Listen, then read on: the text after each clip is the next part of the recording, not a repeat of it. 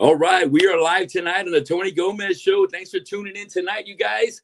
In the house, I have the one and only Scott Sargent, also formerly known as Scott Lee, also goes by The Rod.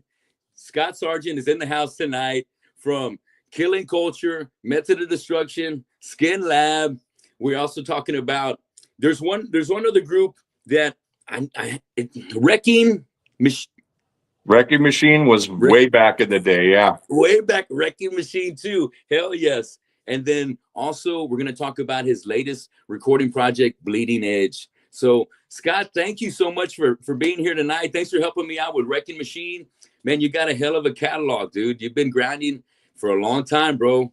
Yeah, I'm a fucking whore, man. There's no doubt about it. I have whored myself out for the metal community for fucking decades. Thank you for doing that, man, because you know it happens, dude. You know, your services are needed here and there, and you know, when you got the metal in your veins where it just goes through you like mercury, what else can you do, bro? You know, I feel like this is it's meant to be for me as well. I've been doing bands ever since I was 80 and back in 83 when I first started drumming in my band Aggravated Assault, and that ended up turning into a singing gig because there was better drummers around and I needed to fucking find a place to jam with my friends, and one thing led to another, and I've been singing for over 30 years. But dude, it's in our veins. I can tell by your catalog. I've been following you for years. You've been putting out a lot of great material over these, you know, over 3 decades. And yeah, thanks, wow, man. dude, it's just been a hell of a history, a hell of a career, should I say? Yeah. Well, you know, I had an idea of what I wanted to do with my life, and you know, so you know, when I first started playing when I was a kid, you know, I knew what I wanted to do, Yeah. and so and then back in the day, you know, back in the '80s in the Bay Area with the thrash scene, the up and coming thrash scene there. The opportunities were there, and luckily I had those, you know, I had a chance to be a part of that history, you know, of the Bay Area thrash scene. And you know, even though I kind of came in what I call the third wave, you know, you know, because you had your first wave, which was the Metallica and, you know, all that, and then you had your second wave, which was the, you know, the Violence Forbidden and everything, and then you had the third wave, which were bands like Wrecking Machine and Epidemic, and where I met, you know, Carl, who's the, you know, I fucking have been, you know, best friends with ever since, and we've done more than a few projects together, stuff that you don't even know about that I'll tell you about if you want. Good. All right. But man, I felt like I had a path, you know, and I just followed it the best I could, and luckily, you know, it worked out, you know, and I got to do pretty much everything I wanted to do, other than fuck Drew Barrymore in the fucking late '80s and early '90s. I never got to do that, but she's a fucking psycho now, so it kind of, I guess it worked out. It may have worked out for the best. Who knows? Who knows? Only God knows, man. Yeah. Oh, geez. But very well said there, Scott. You know, I think when it comes to me being first familiar with you, I want to take it back to being here at an outdoor venue here in Corpus Christi with Skinlab. And I can't remember the fucking place, but it was outdoors, and it seemed like you had to drive maybe down some caliche till you got there. But dude, y'all fucking kicked ass. We fucking loved you here in Corpus. And the next time I think I was had the opportunity to see you was with my band Killamora over at Zeros, opening up for you when you were jamming with MOD, with Billy Milano. Yeah. So, you know, I just been seeing, you know, you getting here, getting there, staying right on top of all that's good, man, all the good shit. You know, I love the groove with fucking Skinlab. I've always been a big fan of what Billy does in his bands. And, you know, what I've heard from Killing Culture fucking kicks ass. The thrash that you got going on back in the days of Laaz Rockit was fucking excellent, brother. I love that kind of metal, dude. I love that shit. And, I've been fortunate, man. not only, like I was saying, about being involved in that scene, or even going into the 90s, being able to, cross over from that, and, been, playing live up until, well, I just did that Skinlab run in Texas a few months back.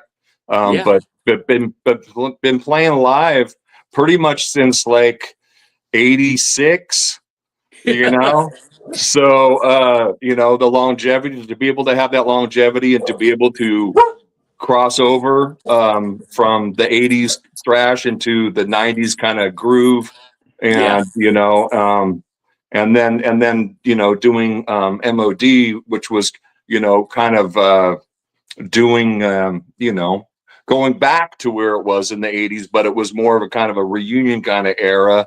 So yeah, I've been, the longevity I've had, it surprises me sometimes, and it surprises me that I'm still alive, to be honest with you, because of the crazy shit that happens on the road, and the crazy shit that I inflict upon myself, or I used to inflict upon myself. But yeah, man, like I said, I've been very fortunate, and and I do remember us playing with Killamora at Zeros. That was a funny day, because I think it was a Sunday, and I couldn't get any hard alcohol. Oh shit! And was that the tour right there? I think so. Right. I think so. The Rebel You Love to Hate. Yeah, I think so, man. I think we were touring for that record at that time. But yeah, I couldn't get hard alcohol, so I had somebody that I met drive me around to see if I can get some, and took me to some actually people's houses. Because you weren't selling after hours, right? Weren't selling it. All they had at Zeros was beer, and I was like, man, I need some fucking vodka, man. So, and as pathetic as I was, like I said, I had somebody like take me to some houses or something shit, and it got kind of sketchy. But I remember you guys, because you had the makeup, you had the like black, that, dude. Yeah, you had the black metal makeup going on, and then also the Skinlab show that was outside. I remember that because something was going on. We were having some technical difficulties or something, and I did like a stand-up routine. I was telling, I was like telling tour stories or jokes or some shit. I was like doing something like that. Yeah, you're buying time, right? Just like, because we were having, Steve might have been having, or the other guitar player was having some technical problems or something like that. And we were just standing there. So I was like, fuck it.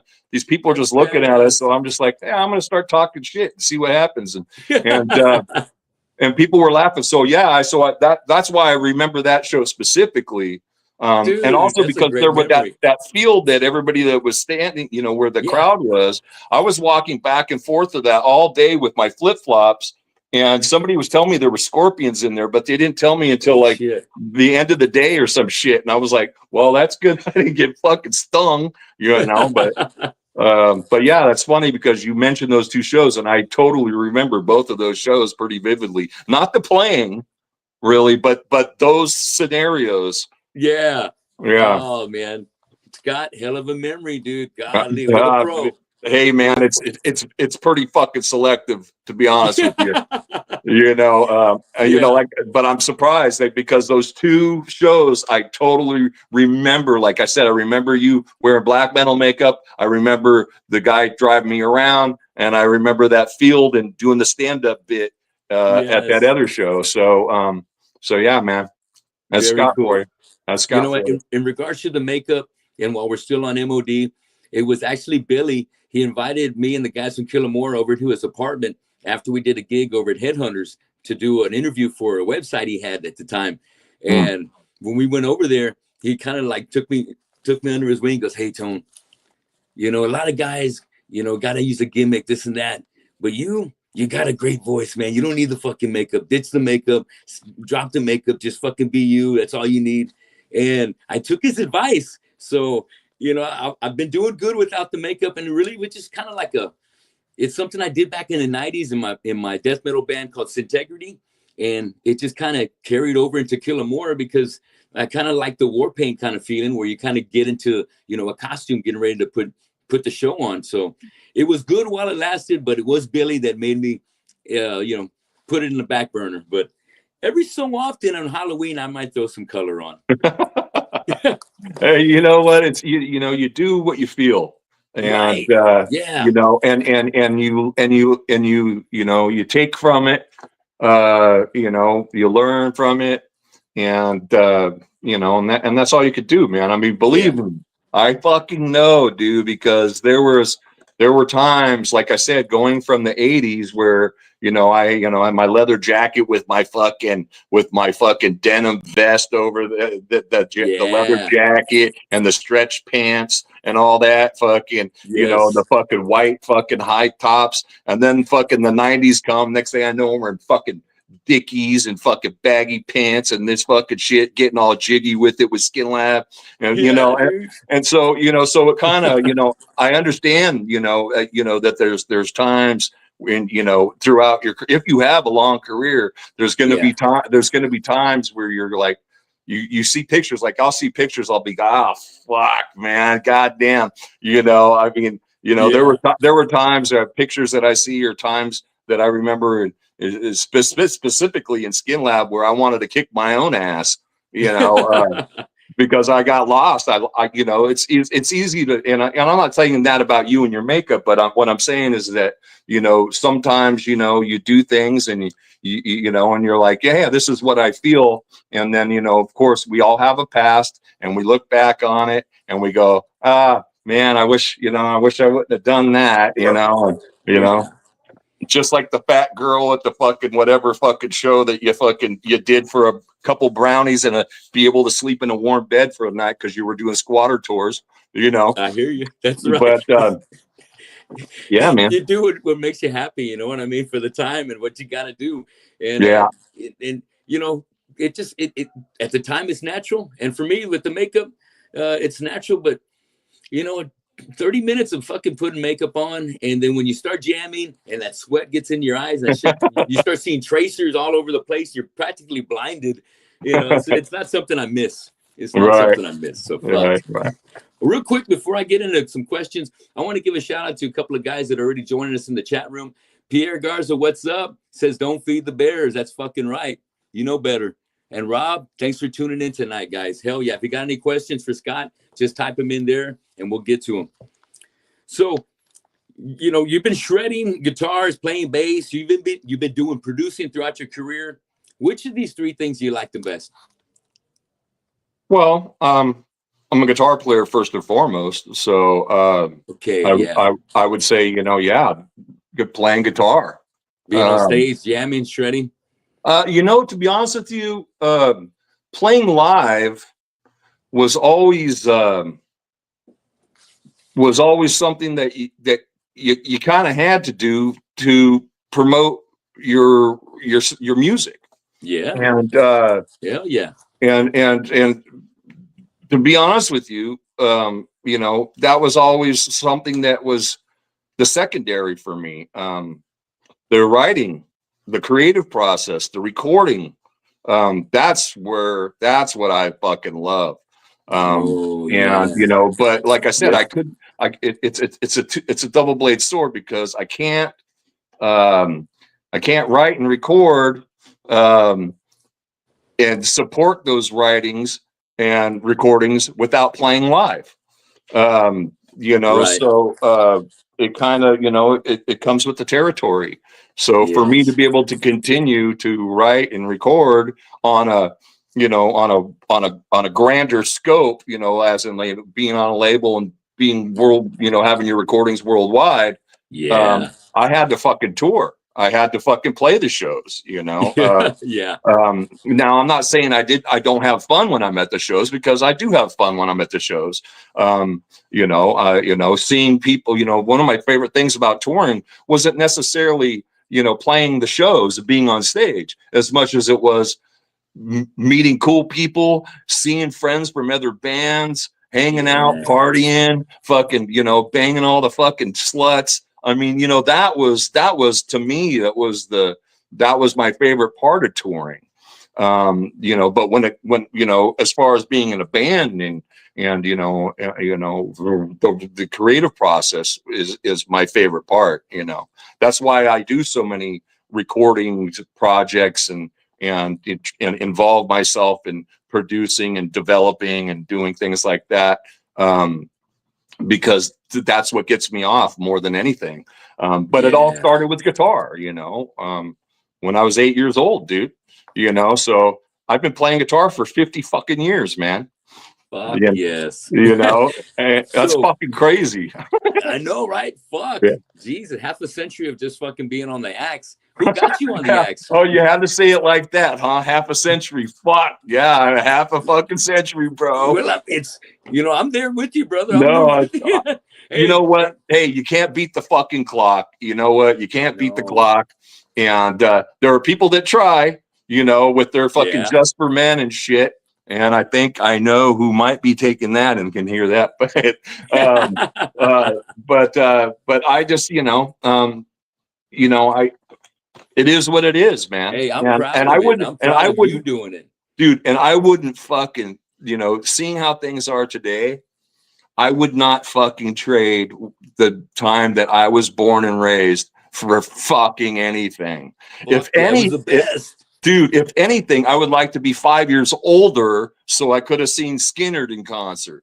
Yeah. You know what I mean? Like the real Skynyrd. I'm not talking about the mock Skynyrd that happened after the airplane. But the real shit. The real shit, dude. I would, you know, so dude, if I could have been 5 years older, that'd be great. But, you know, growing up, you know, being born in 66 and growing up in the 70s and, you know, and all that, and the 80s, you know, it was the fucking best, man. It was, you know, there was none of this fucking, you know, internet fucking, you know, we were out, we were fucking getting high, we were partying, we were playing music, we were fucking taking lots of drugs and listening to killer fucking tunes and you know, and it was a fucking great time, man. It was a fucking great time. You know, so I was born in 70 and I feel the same way, man, but I feel like I wish I was born at least 5 to 10 years earlier so I could have been able to rock like I did in the 80s, but in the 70s, I could enjoy all that shit. Now being, you know, I'm blessed to be able to hear the radio where I work. So a lot of the shit, because I need it to be somewhat radio friendly, I can't be putting metal on. So a lot of the shit is a lot of the shit from the 70s. And it is what it is. It is what I grew up listening to in my dad's garage when I'm cleaning it up, waxing the car and all that shit. Dude, I'm very proud of my past. Dude, some of the best fucking music, man. In the 70s. And I'm not even necessarily talking specifically about, you know, rock or hard rock. I'm talking about the fucking spectrum of music itself. In the 70s was fucking great, going anywhere from, you know, fucking R&B to fucking, you know, to rock to fucking the fusion era. Dude, it was fucking great, man. It was absolutely. Great. And, you know, you being right there at the heart of the Bay Area thrash scene and seeing all of that going on right there, too. Like you said, if you would have been like, give you 5 years younger, holy shit, man. You would have been the first wave, you know? Yeah, dude. Yeah, well, like I said, you know, if I could have been 5 years older, hell yeah. You know, who fucking knows, man? I know, right? But yes, the best of times, I wouldn't trade, you know, the years that we've seen for anything, man. It's very well said. It was fucking intense, and we've seen it all. We've seen it all, and it's been a beautiful ride. Yeah. Let me see what I got here. You know, was there a particular person or a happening that got you, you know, on the guitar rather than, you know, drums or bass? Well, actually, you know, I wanted to play drums, but that was my first, you know, when I was like fucking 6 or 7, I was like, I want to play drums. But I grew up in a, you know, very, very low income, single parent, 3 kid, living in apartments. So, you know, I said, I want to play drums to my mom. And my mom goes, well, I'll get you some wire brushes and you can play on pots and pans and stuff. And I was like, yeah, no, I'll play guitar. You know, because I wasn't about to start playing on pots and pans, you know, and like I said, and being as, you know, I don't want to say poor, because I know there was a lot more poorer people than I was, but it was really low income. And so, you know, living in those apartments, there's no way that I could have played drums. No way.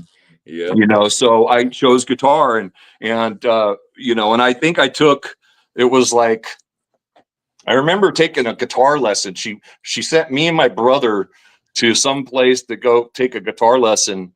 And I was like, this is terrible. I'm like, I don't want to learn how to, like, what I was learning to play. I was like, man, I don't like this. And so I actually kind of stepped away from it for probably a few months or something like that. I was like, yeah, because what they were teaching me, I was like, this is not what I feel like, you know. And then when I picked it back up, I just was kind of sitting around with the radio, listening to the radio, and I just started picking things up. And so that's how I actually learned, was by sitting in my room listening to the radio for hours and hours and going from song to song, picking up as much as I could, and then go to the next song and do the same thing. And as each one kept on going, right? Yeah, no, like I said, you know, some things would come on, I'd be like, what the fuck? You know, I'm like, you know, I can't play that, you know, but that's how I kind of learn. And then when I was around 10 or 11 years old, still, you know, I was kind of really kind of getting it. And by 12, I was writing originals. I wrote my first original song when I was 12. It was terrible. It was called "Walk by My Side," and okay, it was fucking terrible, and the lyrics were cheesy as fuck. But I was a 12-year-old kid writing an original song, and I think that's pretty impressive. It is. But I also had. So you asked me, the question was about if anybody, you know, inspired me. Yeah. And to be honest with you, there were two guys that inspired me that were friends of mine. Was Aaron Alexander, who's no longer with us, unfortunately, but and my friend John Wiedemeyer, who's a very acclaimed Bay Area guitar player, but not in metal. He's a blues guitar player. He right now he's playing with the Beach Boys. Wow! But he was you know, he was just amazing, dude. When we were 12, I remember going to his house and going, you know, when we were 12 years old, I think Diver Madman came out or some shit. And I was having a hard time learning, you know, trying to learn Over the Mountain solo, which I wanted to learn. And I asked him, I said, hey, can you tab this out for me? And he said, sure. And I went over to his house and I ended up falling asleep, but he learned a solo and then wrote it all out in tab for me. Shit. And this is, you know, we were 12, dude, you know, and he was such a great friend, and he's still a great friend. I still talked. I saw him a couple of years ago. He lives in Vegas now. And, but yeah, man. So him and my friend Aaron, who was also a really good guitar player, who was more into, you know, like he was more into rock stuff, but he was also kind of more like into funk and blues. But he turned me on to, you know, both of those guys turned me on to so much shit like that I probably never would have heard, because I was the heavy metal dude. I was into fucking Black Sabbath and fucking and you know, and Ozzy and all that, the more heavier stuff. Yes. And they were listening to, you know, fucking the same shit I was listening to, but they were listening to the other things like, you know, Alan Holdsworth and Return to Forever and you know, and Dixie Dregs and all these other guys that, you know, and were turning me on to all this other stuff. And it was great, man. So those two guys, not only, you know, were they my, you know, my best friends, they were also my biggest inspirations when I was that young. Yeah. That is awesome, man. Hell yeah. To grow up with your best friends like that and get that inspiration from those guys, that's tight. Fuck yeah, man. It was great. So how old were you? You wrote your first song at 12, but how old were you when you were in your first band? Not too long after that. But it was it was kind of like, you know, you got the, you know, we had a band. Okay. You had the band before you had the name and the guys in the band before you had the songs, you Oh know, yeah, I get it. We're you way ahead know, of the game. It's like, all it's right, we like, got you know, and this. yeah, you're sitting there, you're partying and, you know, you're going, yeah, let's put a band together. And so Hell yeah. I would say I was probably about, you know, 13, probably Hell 13. yes. All right. You know, So and we then, you know, I had that band and, you know, I had my little amp and here's a great story for you. This is a great story. You're gonna love this. all right. So living in the Bay Area and now I'm going between two households. But I was in Campbell, which is basically San Jose, California. Okay. And so we were rehearsing at the drummer's garage or whatever, and playing our fucking, you know, fucking songs. And, you know, we were doing cover, you know, Paranoid and shit like that, you know, Yes. basic stuff, you know, Yeah. but anyway, so we would rehearsal it and then we would go, hey, let's go have French fries and Cokes at this place called Bob's Big Boy, which was a burger place. And so went over there and we're sitting there and all of a sudden my friend Jerry Howell, who was the other guitar player, he goes, hey, I think look, is that Dave Medichetti? Like, he's sitting over, you YT. know, dude, check this out. This is hilarious. And so, and I'm like, I look, and now I had Earthshaker. I just got an Earthshaker probably a few weeks before this. Oh shit. Right. And I was Hell like, yeah. I was like, I'm like, I fucking love that record. And especially the guitar solo in Hurricane. And so I was like, I go, And there's holy shit. Dave. I go, holy, and he's there with some fucking hot blonde, you know, having lunch or whatever. And I go, hey man, I'm gonna go talk to him. And they're like, no, dude, don't do it. And I'm like, fuck that, I'm going. And so I walked up, dude, Yes. and of course they all followed behind me after they, and I walked up to him and I said, hey, you're Dave Medichetti. And he's like, hi, you know, thanks. And you know, and I was like, dude, I go, I just got Earthshaker like a few weeks ago, and that solo in Hurricane is awesome. And and he was like, thank you, you know, and all this. And I go, hey, this is my band. We have a band. You should come, you know, come check us out, man. We're gonna finish our fries and Cokes. Why don't you come over and listen to some songs? Hell And yeah. and he goes, well, I can't do that right now, but I want to wish you, you know, luck with everything, and you know, and good luck to the, you know, with the band, and I hope you guys, you know, do great, and you know, and that was it. And so that was the first rock star I ever met, and he was so fucking cool. And believe me, if he hadn't fucked that chick he was with, he definitely got laid after that, because having those kids come up and adore him like that and praise him the way that we did, Yes. you know, That is a badass story. And dude, I love Dave Medichetti. I love YT. I Man. love He Dave paved Medichetti. the way for all you guys over there, you know. Oh my God, dude. I can't even count how many times I saw Y&T when I was a kid. Yeah, shit. I mean, you know, yeah, you know, I've never seen them once, man. I missed out. The Earthshaker cycle, I saw them. Black Tiger, I saw them. You know, of course, Mean Street. I mean, dude, yeah, it was just, you know, Rock We it was Trust. great. Hell yes. He's one of my favorite guitar players, man. I mean, that guy, and he's still fucking doing it, man.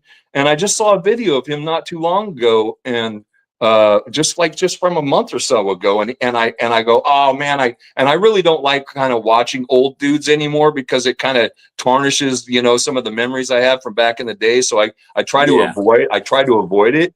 And but I was like, oh man, I gotta see what's up with Dave.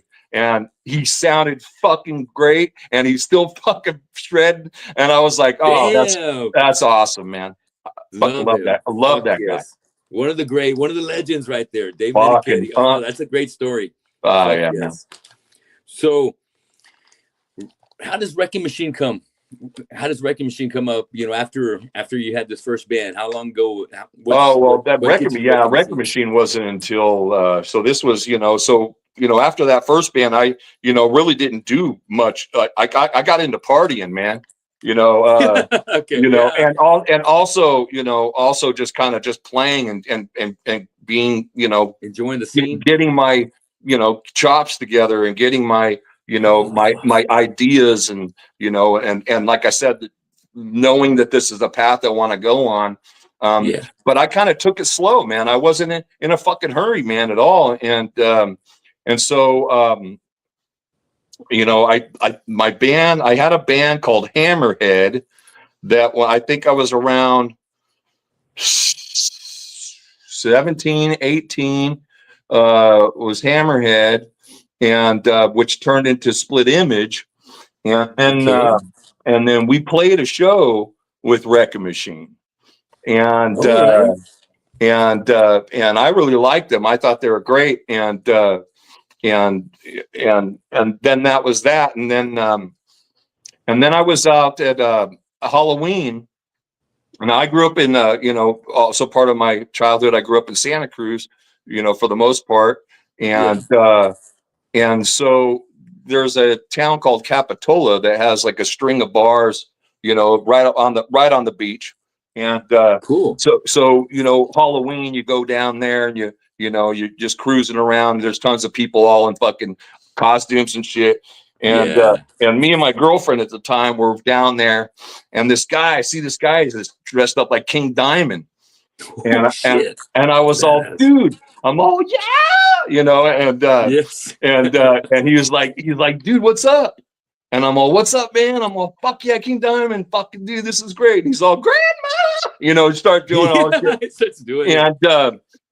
And then it turns out he goes, dude, it's me, Sean from Wrecking Machine. And I'm all, like, he's the singer for Wrecking Machine.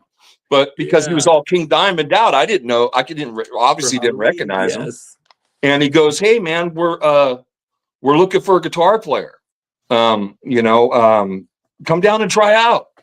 And I went down and I tried out, and that was it, man. And me and him became best friends, and then that was the beginning of that. I think that was 87, right about 87, 88, somewhere around there. Did Wrecking Machine, and then we did a demo, and then we were playing all the time, and we started playing all these really good shows. We were playing with Slayer and Exodus and Forbidden and Violence, and we were in the scene. We were being a part of that. And selling your tickets and playing all those fucking shows, and building a fan base.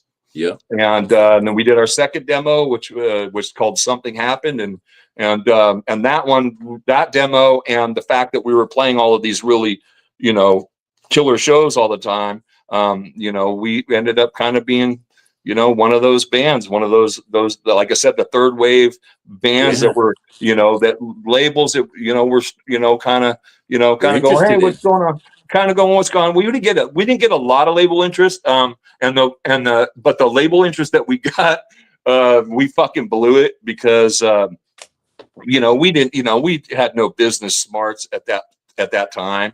And I remember talking to Craig from Forbidden at one point, and he was like, he goes, oh, we just got this much money. And I'm not going to say how much, but he's like, we just got this much money from Combat to do Twisted in the Form. And I was like, oh, fuck, you guys got that much money. That means we should get this much money. And then we got some record interest from this one label called New Renaissance. And they offered what they offered. We were like, fuck no, we ain't signing that. That's a fucking shit, which was probably one of the stupidest fucking things that we could have done, because they had great distribution. They had important distribution, and that was a shit important back in the day. Yeah, but it was like, it was a stupid fucking mistake. But in hindsight, if that would have happened, I might not have done anything else that came after that. But that's pretty much how I got into Wrecking Machine, and yeah. And then going from Wrecking Machine, next thing up is Laaz Rockit, right? Laaz Rockit was the next thing. Wrecking Machine. So what started happening is the scene started kind of petering out a little bit. So we're talking about 1990. things, you could think things kind of petering, especially with Record Machine. There was, you know, it was Record Machine was one of those democracies. And I was a main writer, and I was getting outvoted a lot. And but what broke the camel's back for me was we were getting, okay, what's our next plan of attack? And I said, well, we should just do another demo, because ultimately what we want is to be signed. Yeah. And and be able to go tour the world and do what all these other bands are doing. And so we need to do another demo, a good one. And we had some new songs, and this was 1990, and I was, I just wrote this one song. I drop tune, dude. It was drop tune 1990, bro. I was like, okay. And I wrote this this song, and then we had another song that we wrote together. And I was like, we need to demo these songs now. We need to demo these songs. And they go, oh, and some of the other guys we need to do a full length record of all our songs. And I was like, why? I'm like, I don't agree with that at all. I don't agree with that at all. And they were like, oh, well, let's see. And I go, you know what? I go, this is not where I want to go. Yeah. So I just kind of, decided that I didn't want to go that direction. And so I decided to leave.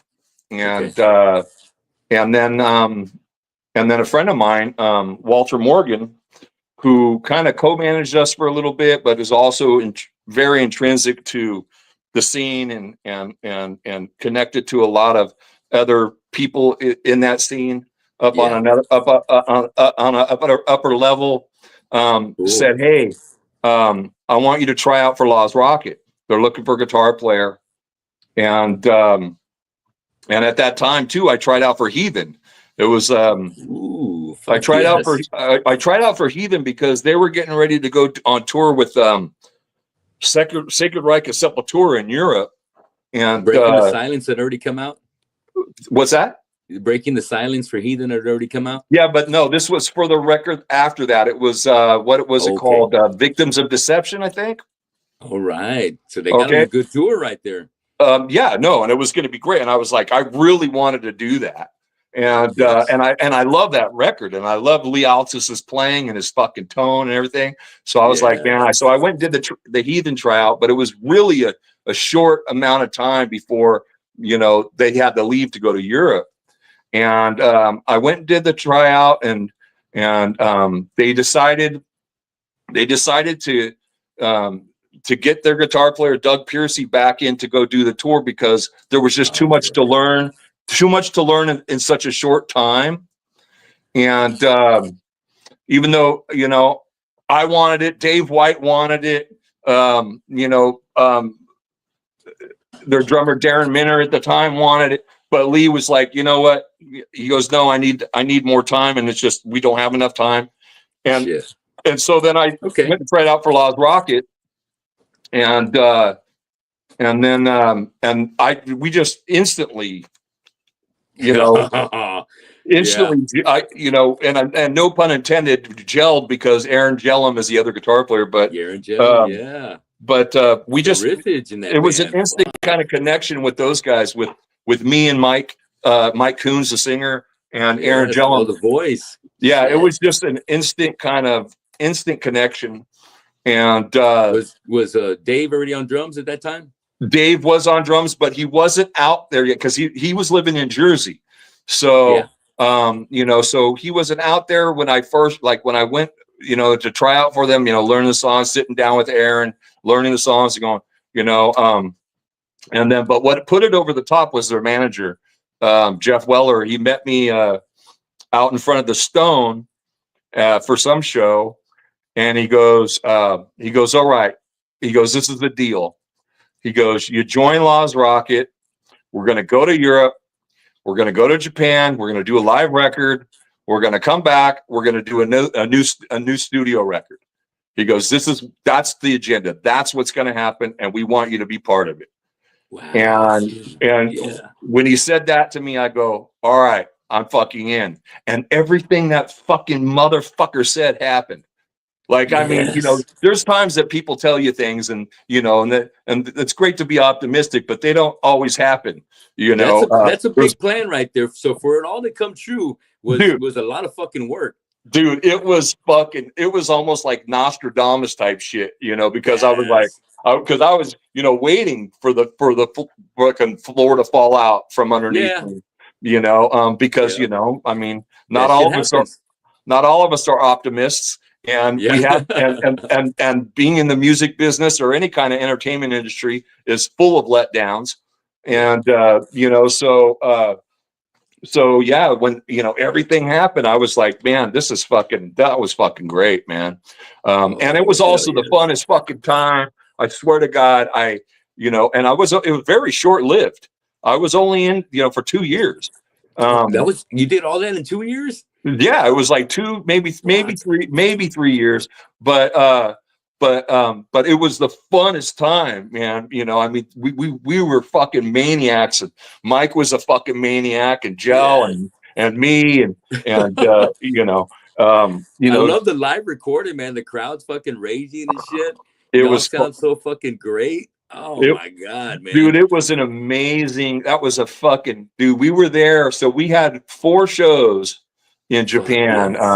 And the last 2 were in Tokyo. Well, in Cheetah, which is kind of I don't know, I guess it's a break off of Tokyo or something. I don't know what you want to fucking call it, but it was Tokyo as far as we're concerned, because I remember being able to walk, and next thing I know, it was a Hard Rock Cafe, and I was at all this shit.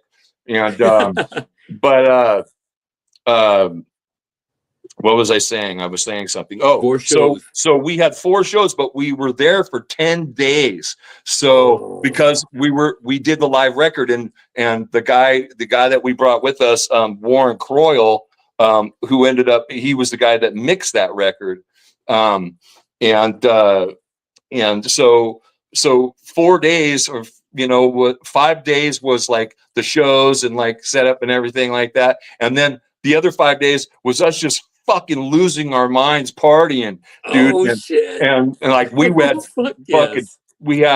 staying in this place in Roppongi, you know, and each of us, you know, we each have our own rooms, and, you know, and we're staying at this killer fucking hotel in Roppongi, and we're just, you know, everything's at our disposal, fucking chicks and booze, and I mean, just fucking what money. Else do you want, right?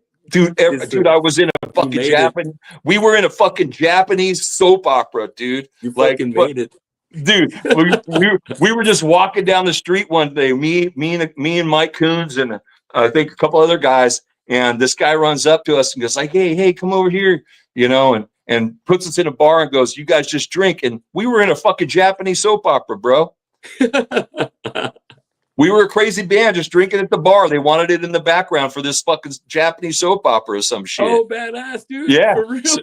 No, I'm not kidding, dude. We were in an actual fucking soap opera in Japan. It was fucking, and we got paid like $150 American each, to sit there for 2 hours or 3 hours and drink for free at party. Fuck. Dude.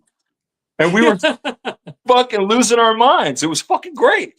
Fuck and yes. Japanese porn stars, dude, and gangbang, and fucking, dude, it was fucking off the fucking hook. It was fucking one of the fucking best fucking times of my life in music. Yes, it was great, man. It was great. I can just imagine the book and the movie to follow up the book. Oh, right dude, every fucking cliche you could fucking think. Every fucking cliche you could think, man. Best of times, man. Yes, it was. Yeah, it was.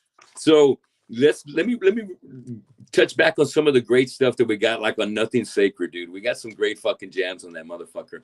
Let me see here.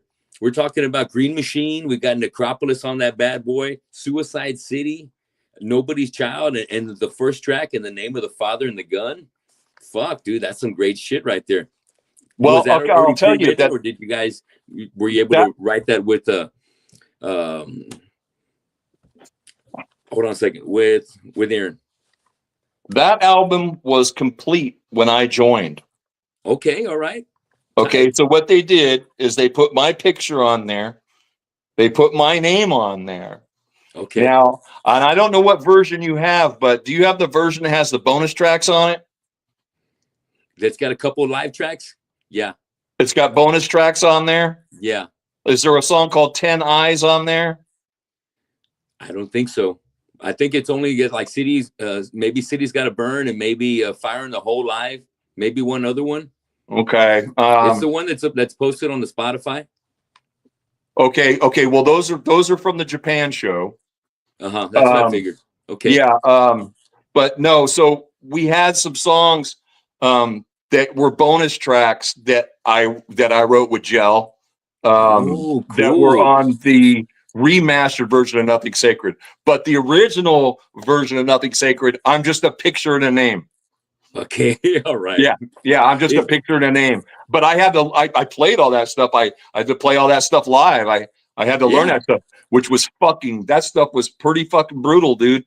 Yes, to learn some of that shit, because the guy who was in that I replaced was this guy named Ken Savick, who was just a fucking monster shredder. And I'm not a shredder, dude. I've never been a shredder. I'm not a shredder.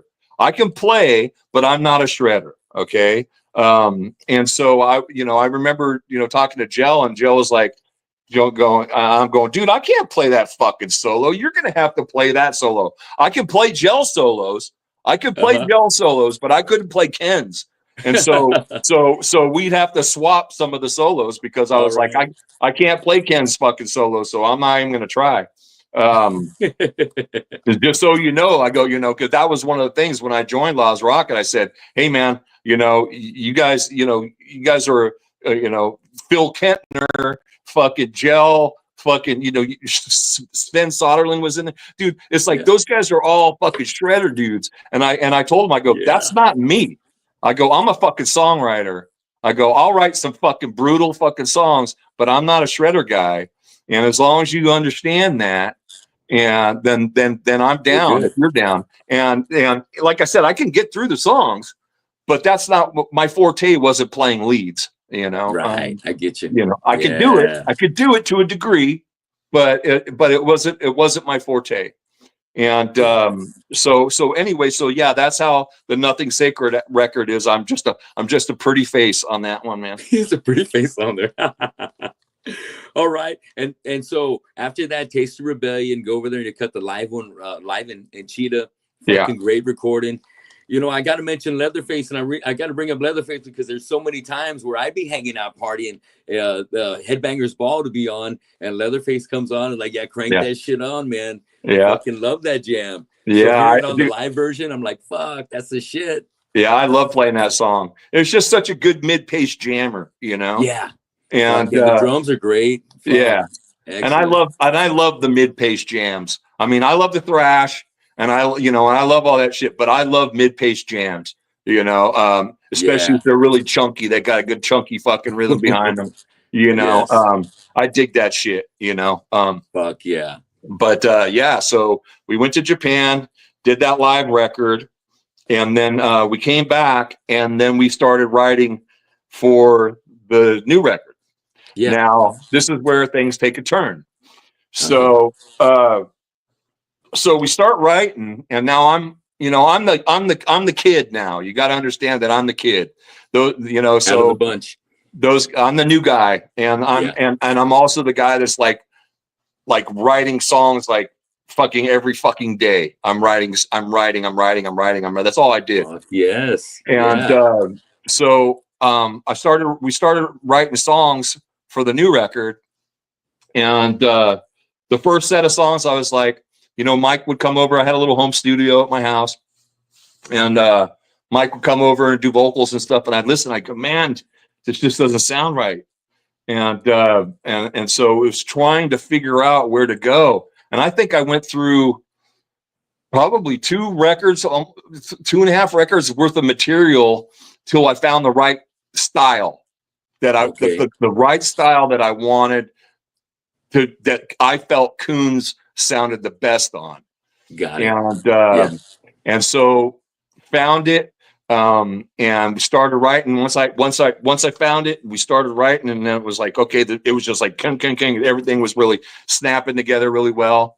And we went and did a demo with Michael Rosen over at Fantasy, and we did the 3 songs or something like that, and then we ended up sending that to our Japanese label, was called Pony Canyon, and so we ended up signing a deal with them for the new record, and then so we sign the deal, they give us the money, and we're gonna go to LA to record the record with this guy Mikey Davis, who's going to produce it, co-produce it, mind you, because this was another huge stipulation with me in Laaz Rockit, was that I wanted to produce my own music. I had ideas of how I wanted us to sound. I had a tunnel vision on the material, the actual production, the concept, everything. And they were letting me dude, I had free reign. They were just Great. like, they're just like, dude, just go, do you. And which was fucking great. That's one of the things I really loved about those guys as well. Yeah. And so went down to LA and we did the record. And then when we're doing the record, we're going, man, this doesn't sound like Laaz Rockit anymore. Oh shit. Yeah, it was kind of like, we're like, and then somebody said we should change the name of the band. Oh man. Yeah, no, so I was like, well, let's not change the name of the band really, but let's drop the rocket. Let's just call ourselves Laaz. Okay. And then another guy was like, yeah. And then another guy was like, no way, we got to have a whole new name. And so we changed the name of the band to GAC. GAC? Yeah, GACK. So there's an album. You haven't heard it, obviously. No, but I haven't. Shit. It's a fucking awesome record, dude. It's called GAC. Yeah, and the name of the album's called Fix. Okay. And it's fucking, it is as much of a nightmare as it was to get that recording done. Because I had 2 nervous breakdowns. I was in LA for 2 months or something like that, doing that record with a coked out fucking Mikey Davis. Ended up being this coked out fucking producer. Yeah. Who was doing all kinds of shady deals. This whole thing was, dude, they had bands. Okay, here's some real shit for you, bro. Okay, they were having bands come in after hours, even though we had paid the lockout. Like we were paying like $1,000 a day or $1,200 a day for the lockout studio. Yeah. They were having bands coming in after hours and recording. Now, on that GAC record, Mikey Davis is the co-producer, but guess who the first engineer was? Who, you? No, Ross Robinson. Well, get the fuck out of here. Dude, Ross was doing that? Check this out, dude. So Ross Robinson is this little vegan, clay drinking, little wiry little motherfucker, who's the assistant engineer. Okay, on that GAC record. He was bringing in bands. I came in one night because I forgot my wallet. Yeah, and I come in and I come into the studio and he's sitting there and there's all these weird looking dudes sitting on a couch. And I was like, and Ross was like, whoa, what's up, Scott? What's up? I forgot my fucking wallet. What's going on? What are you guys doing? He goes, oh, I want to introduce you to these guys. I'm doing their demo. It was Korn. Oh fuck! Korn was doing their demo with Ross Robinson and Laaz Rockit was paying for it on y'all's dime. That's right. On y'all's dime. Oh shit! True fucking story. Wow, man! And he was doing while you guys are sleeping, and I already did your job for the day. He's like, oh, come on in, guys. Let's start working here. The reason and some history right there, dude. That's huge. And what's funny is that another one of the bands that Mikey was doing was this all-female band called War Bride from LA. They They were a fucking like, you know, like that Ingve style and melodic metal. Okay. Anyway, I started going out with the fucking keyboard player, and and she told me, she goes, yeah, we're in there recording too. And I was like, what? Oh, And shit. so like, and so Surprise. I started finding out all this shit, dude. I started finding out all this shit and all these things, like even like the mixing board that was in the room wasn't part of that studio. It was Chris Impelliteri's fucking mixing board that he borrowed from Chris. Fucking yeah, dude. It was like this whole huge scam thing, dude. It was fucking crazy. Oh shit. It was fucking crazy, dude. He was also mixing at that time too, after hours, he was mixing the Blackthorn record with Bob Kulick and Graham Bonnet. Oh shit. Yeah. Damn. Dude, so that's a lot of work going on right there. Shit. Dude, it was fun. It was under your studio time.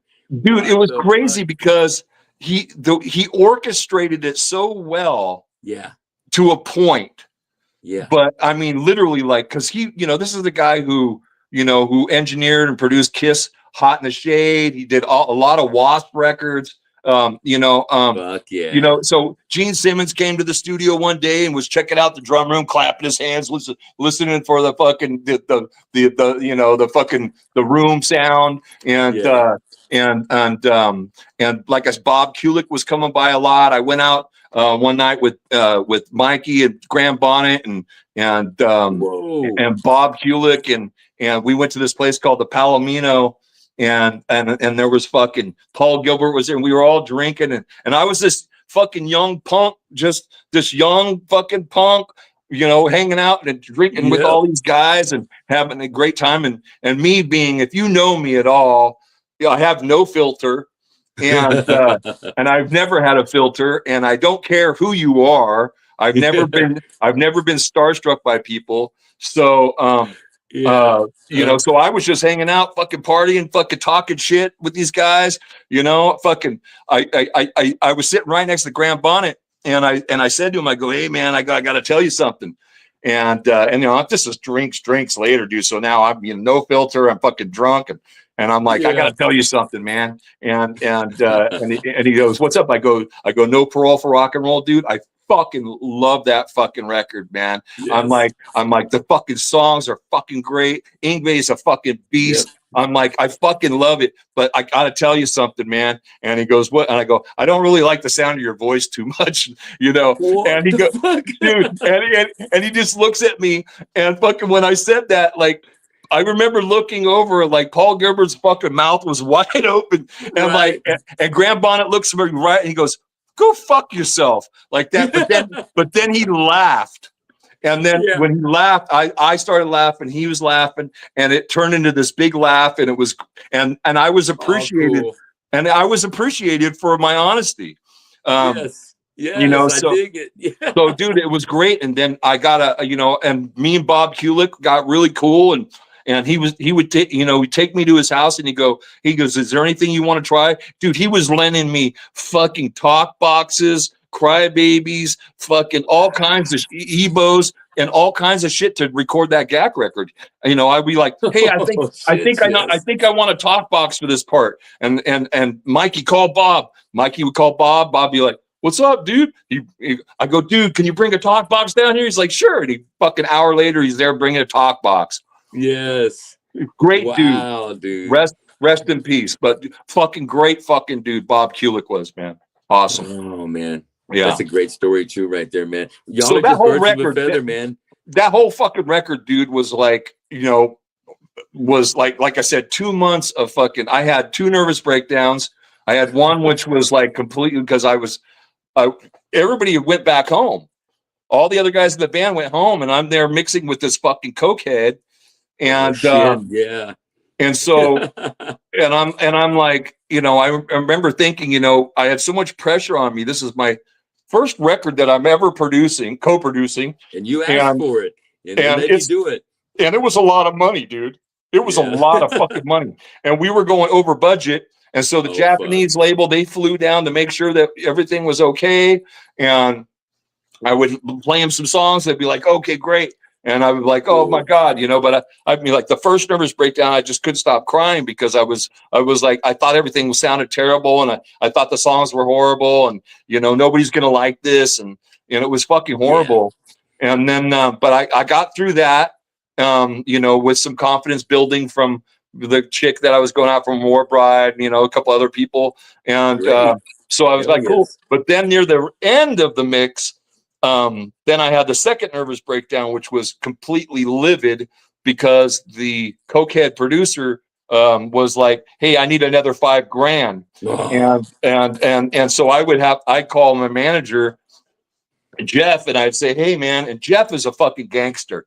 Jeff was a fucking gangster, dude. And Jeff's like, I'm fucking driving down there right now. I'm gonna shoot that motherfucker in the face. I'm like, dude, I got 3 songs to mix. Nobody's shooting anybody. I go, I've been here for fucking going on 2 months. I need to finish this fucking record, man. I need to finish this fucking record. And he goes, well, I don't. I go, look, motherfucker. And that's when I threatened to kick the shit out of everybody in Laaz Rockit if I didn't get $5,000 to pay this cokehead to finich that record. To finish that shit, yes. Dude, it was a fucking crazy, that was a crazy experience from all the fun stuff, the partying with all the rock stars, you know, and dude, and it was a really fucking roller coaster ride, right? It was insane, fucking dude. And I was metal rock and roller coaster. Dude, I was like 22-year-old kid.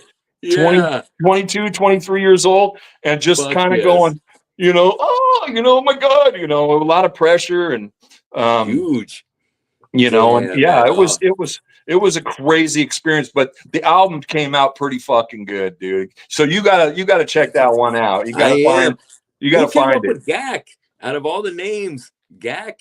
I can't remember who actually came. All I know is that I remember saying, okay, I want the album cover. I want all the songs. I remember telling Coons when he was writing the lyrics, I said, write about things that you know about. Write about your alcoholism. Write about your drug addiction. Write about everything that you know is fucking real, dude. I don't want no shit about chasing Charlie or fucking any of this shit. I want you to write about shit that's fucking real. And so that whole album, all the lyrics, everything is all about those real fucking life experiences. And so we ended up calling the album Fix. And the cover of the album is a guy, an old waterfront junkie from the fucking 40s or 50s shooting heroin in his ankle. Damn it. Oh, man. Old school right there in the ankle. Yeah. Oh, damn. I'm going to look that up. I got to get that. I got to get my fix of some Gak right there. Yeah, really. So Laaz Rockit, after that, why did you leave? Well, it was Gak now. And Coons was in bad shape. He was in bad shape. He got in a really bad car accident due to alcohol related issues, and he decided he didn't want to do it anymore. And so, you know, he was like, I'm fucking done. And so I'm like, you can't, you know, so you can't go on any further without that guy, you know, who's an integral part to that new record that, you know, hadn't even been released yet, I don't think. You know, can't go on without him, right? You know, and so I was like, well, fuck this, you know, and you know, and it just imploded. And then so like I said, we recorded that record in LA, and I told you I met the girl.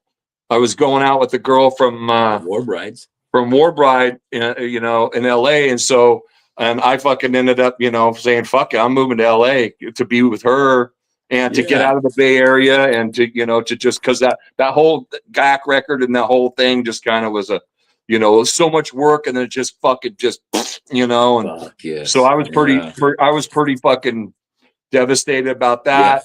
And then so going back to the Bay Area with my fucking tail between my legs didn't sound good to me, and I felt like, you know, this woman was something special, and so I was like, fuck it, I'm gonna move to LA. Yeah. And so I moved to LA, and that's when I started putting Killing Culture together. Yes. Oh. Yes. So in between there, was there doing some producing as well? Did you hook up with the guys from Epidemic? Yeah, actually, after the GAC record is when I produced their second record, Exit Paradise. Okay. Now, yeah. Well, you already yeah, started having your knack for the producing and being in there and getting it all together. So it's yeah, like, yeah, it's like the yeah, next thing you wanted to take on. exactly. And I sat down with them because they were friends of mine. And I sat down with them and I said, hey, I go, because their first record was good, but I was like, we need to make this, second record. It needs to be, we need to do Kill something. them all. We got to do something more. Yeah. And I think I can really help out. And then they heard the GAC record and they were like, I think you can too. And so I did the Exit Paradise record with them. And then you jam it at the same time, Killing Culture. Killing Culture, I was just starting to like figure it all out. I was like, okay. I told myself, I said, I'm going to put that a band together yourself. What's that? You put that band together yourself? Yeah. All right. So, I told myself, I said, this is what I'm going to do. I'm putting a band together. I'm going to pay for everything, all the rehearsals, but everybody's going to do everything that I say. Like there's no democracy. I go, I'm going to write all the music. Everybody's going to play exactly what I tell them to fucking play. The singer's going to fucking sing the way that I want him to sing. Everything's going to be done the way that I want it. And if it fails, then I know it's me. But if it doesn't, then I'll know that I'm doing something right. Yeah. And I go, then I'm going to get the band signed and we're going to go on tour. And like Jeff Weller was telling me in front of the Destruction and Laaz Rockit, I was saying the same thing to myself about Killing Culture. I said, I'm going to do the demo. I'm going to get fucking signed. I'm going to go on the road. And sure enough, with some time and some kind of hills and valleys, I ended up doing the demo. And actually the demo, Carl from Epidemic and Bleeding Edge did vocals on the first demo. Killer. And the second demo. So what happened was, we did the first demo, and then I went to there used to be this music convention called Foundations Forum. Yeah. In LA. And so I went there with 5 cassette demos, and I handed out 5 cassette demos. And then I'd say probably about a month or so after that, I got a call from a record company in Germany called Adel. But they were opening up an American office, and they said, hey man, it's the A&R guy. His name was Peter Grant, which I thought was hilarious because of Peter Grant, the manager for Led Zeppelin. But so he goes, hey man, he goes, I fucking love this. I want to sign you guys. And I was like, holy shit. I'm like, okay. And he goes, and here's another thing. I let somebody hear it and they want to produce it. And I go, oh fuck. I go, dude, I'm producing my own music, And they go, I think you might want to work with this guy. And I go, who is it? And they go, Scott Ian from Anthrax. And I went, what? I'll get the fuck out of here. Right. And they're like, yes, he heard it and he really digs it, the demos and wants to produce you. He goes, yes. But what we need a second demo. We need to hear some more material. And I go, okay. And they go, what's that gonna take? I go, send me $2,000. So they send me $2,000. I write another 3 songs. And we go into the studio. I fly Carl down to LA, does the vocals on the second demo. Wow. And on the second demo, I had him kind of change his vocals a little bit. I kind of had him, I kind of going, more of like a yelling than the guttural, death metal kind of thing. Got you. Which he fucking hated. But he fucking did it. And to me, it kind of sounded like LG from Entombed. Kind of had that kind of thing going on for me. I was like, man, that sounds fucking good. I like that. And it's a little bit more you know, you could understand the lyrics more, you know, and so, but so we did the second demo, and then everything was going ahead with the record company, and they were going to get contracts together, and then Peter Grant left. What? Yeah, he left. He left the record company, and so then it fucking was dead. The deal was dead. Yeah. And then you know, I was like, whatever. I'm just gonna keep writing, and I'm gonna, you know, keep doing this. And then next thing you know, fucking phone rings again. A couple months later, it's the new A&R guy, and he picked it up, and he goes, "Yeah, I want to move forward with this deal." I was like, "Oh fuck, cool."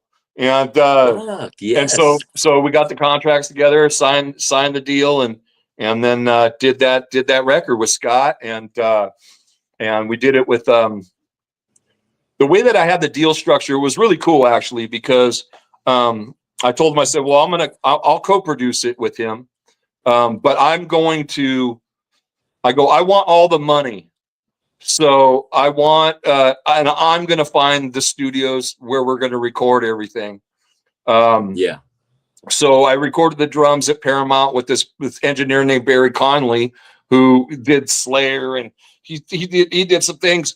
And so we did, you know, Barry Conley did the drums, and then for the guitars, bass, and vocals, we went to El Dorado, which was Dave Jordan's studio. And Dave Jordan, you know, Alice in Chains and all this, and Jane's Addicted and all that. And but we're not going to work with Dave Jordan, but we're going to work with his engineer, Brian Karlstrom, you know, who his fucking body of work is fucking pretty crazy too. So so we ended up doing the guitars and the vocals and the mix at El Dorado with Brian Karlstrom and Scott Ian and myself.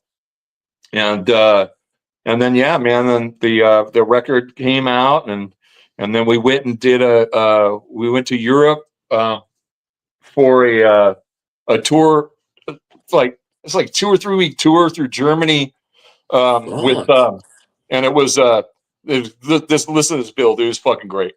It was Strapping Young Lad, us,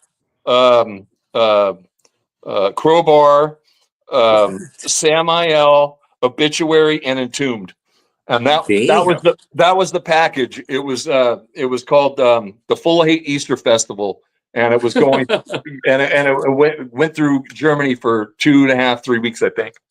And and that's when that's when I some of my some really great friendships were made from that. From that tour. I was a mess. I was a mess during that because I was so stressed out from everything. Everybody thought I was on crack. And I'm not even fucking lying. Like Jimmy Bower's playing drums with the Crowbar at the time. Yeah. And he thought I was smoking crack, and because I was like, dude, like 6'3" and 160 pounds or something like that. Oh, shit! But I was just sick from stress, and I barely ate. Taking care of yourself.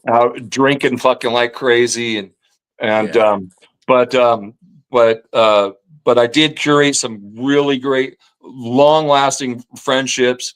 Jed Simon, I still talk to.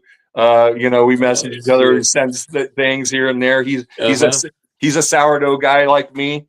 Of course, cool. LG, who I always stayed in contact with, and rest in peace, and rest in peace. I love that fucking guy, man. He's truly one of the best people I met in all my years of doing that shit. And Jorgen Sandstrom, who I still talk to, and who did the Tales of Aetherian song with me. About a year or so ago, we did that recording project. I don't know if you know about that. Yeah, dude, I saw that come up, and I'm sorry I hadn't brought that up yet. But dude, he was on there with you. Yeah, he's on vocals. Danny Loker's playing bass, and my Will Carroll from Death Angels on drums.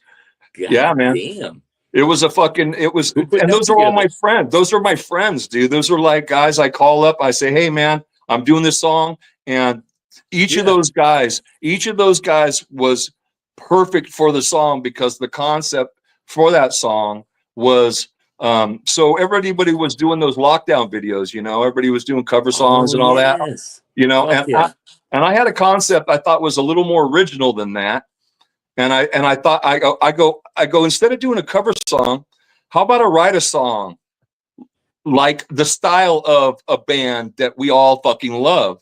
And so I wrote a song, basically my ode to Celtic Frost, and each of the guys that are involved with that, Danny, Will, and Jorgen, are all huge fucking Frost heads. And so I was like, I'm like, this is perfect. And so, you know, Jorgen, you know, when I sent him the music and he did his vocals, dude, I was like, oh my God, this is so fucking awesome. You know, I'm like, not only my buddy is fucking doing this with me, but this is, you know, this is the dude from Grave, bro. All right. Yeah. This is the fucking dude from Entombed, man. This is the, you know, this is, you know, and then of course, you know, I got Lilker on there who, you know, I became great friends with when Skinlab did the SOD tours. And oh shit, he's a legend, man. Brutal. And Will Carroll, dude. Yeah, and Will from Death Angel. I mean, I've known him since I've known him since he was a kid. I've known him since he was 16, and he was playing in a band called Warfare DC. That was, you know, that was coming to shows, and he was, you know, me and him, we fucking did some partying and had some great times, and we still, you know, still talk, and so yeah, so the Tales of the Therian thing was great because it was all my friends, and we all had this certain thing in common, you know.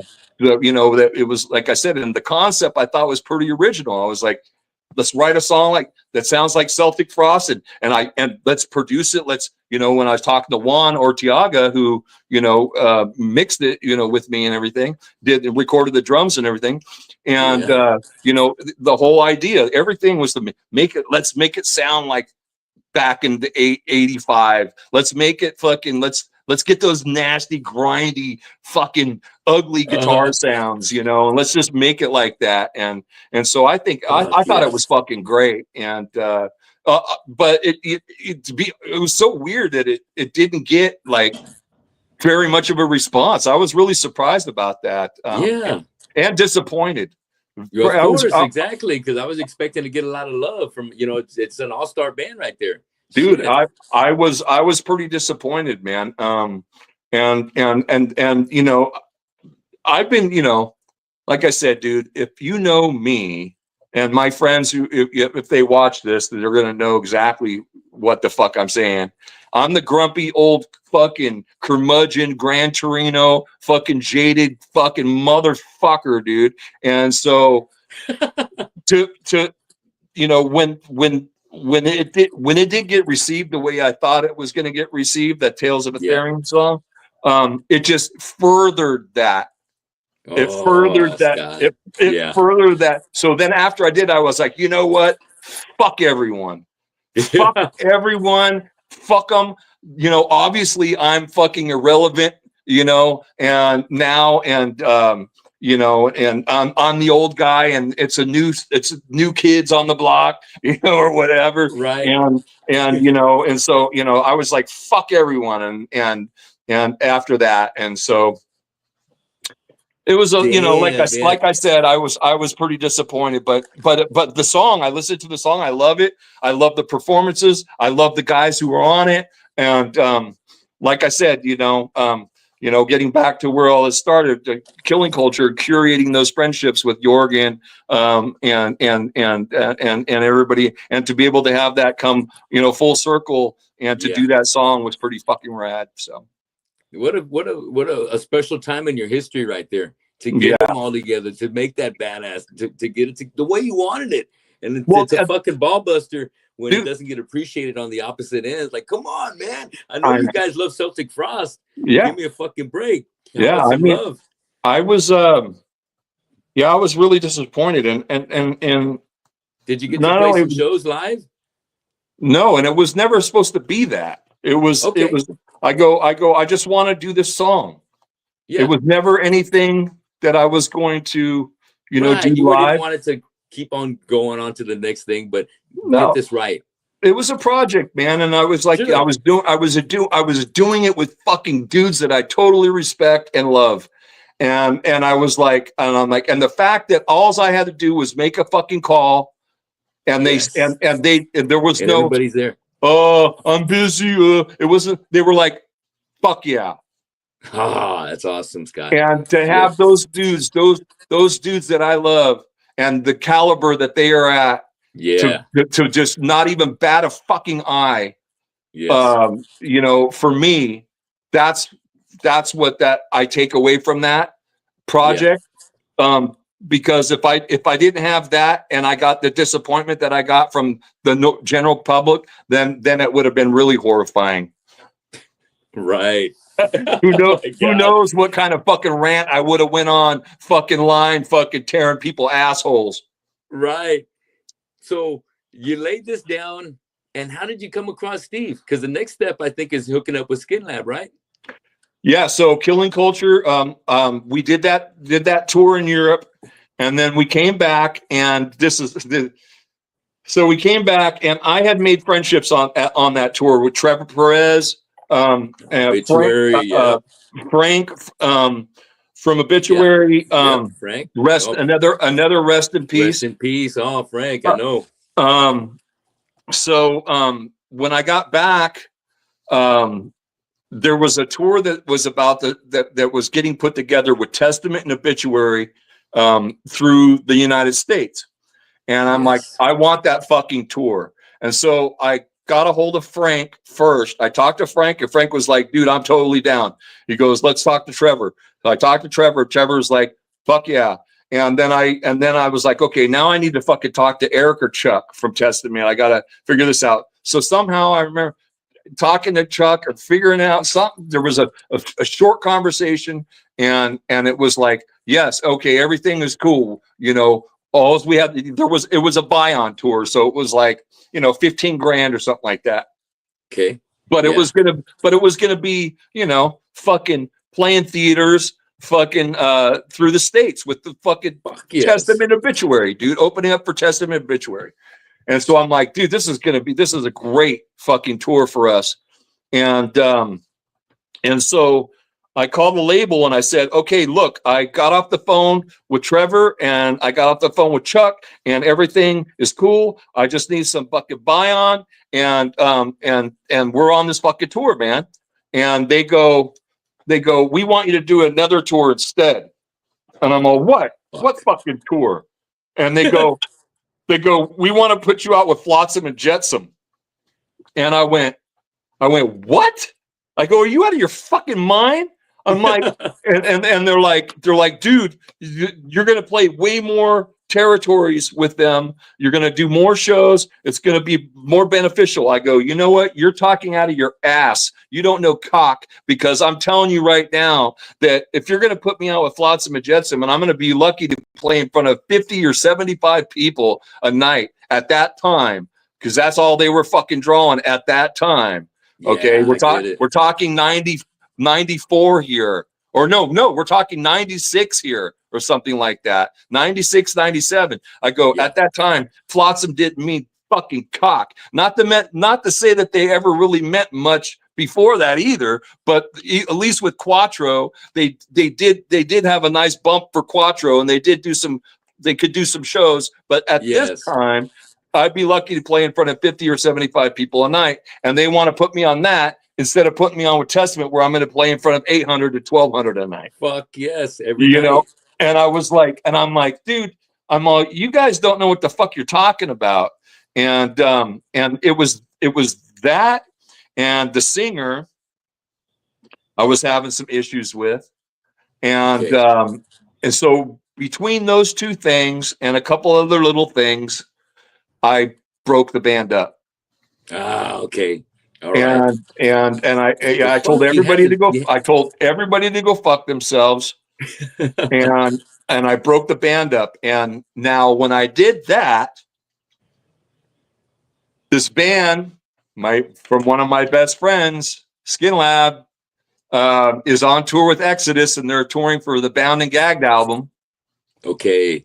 And I talked to Steve, And Steve says, "You want to come in and play guitar in Skinlab?" I said, "Fuck yeah." I'm like, dude, but I just want to play guitar. I just want to write. I don't want, because with Killing Culture, I was doing everything. The works, yes. I was doing, managing everything, dude. It was fucking horrifying.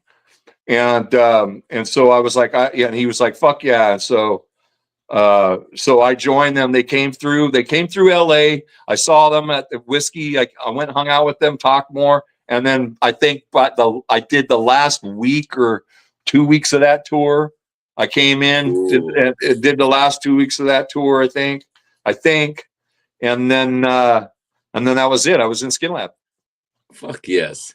All right. And then after that, that's when you went in, y'all started recording that the first, like, an EP together.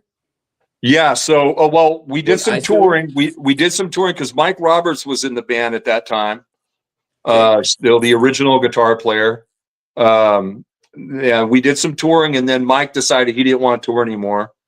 So he quit. Okay. So he quit the band. And then when he quit the band is when we got Snake. Okay. Yeah. Because we had met Snake before on a tour, because Skinlab tour with Screw, and Snake was playing with Screw at the time. Yes. And so that's how we met Snake. And so then Snake joined the band. So here we are now. We got Steve and Paul and Snake and me, and me and Snake are the two new guitar players.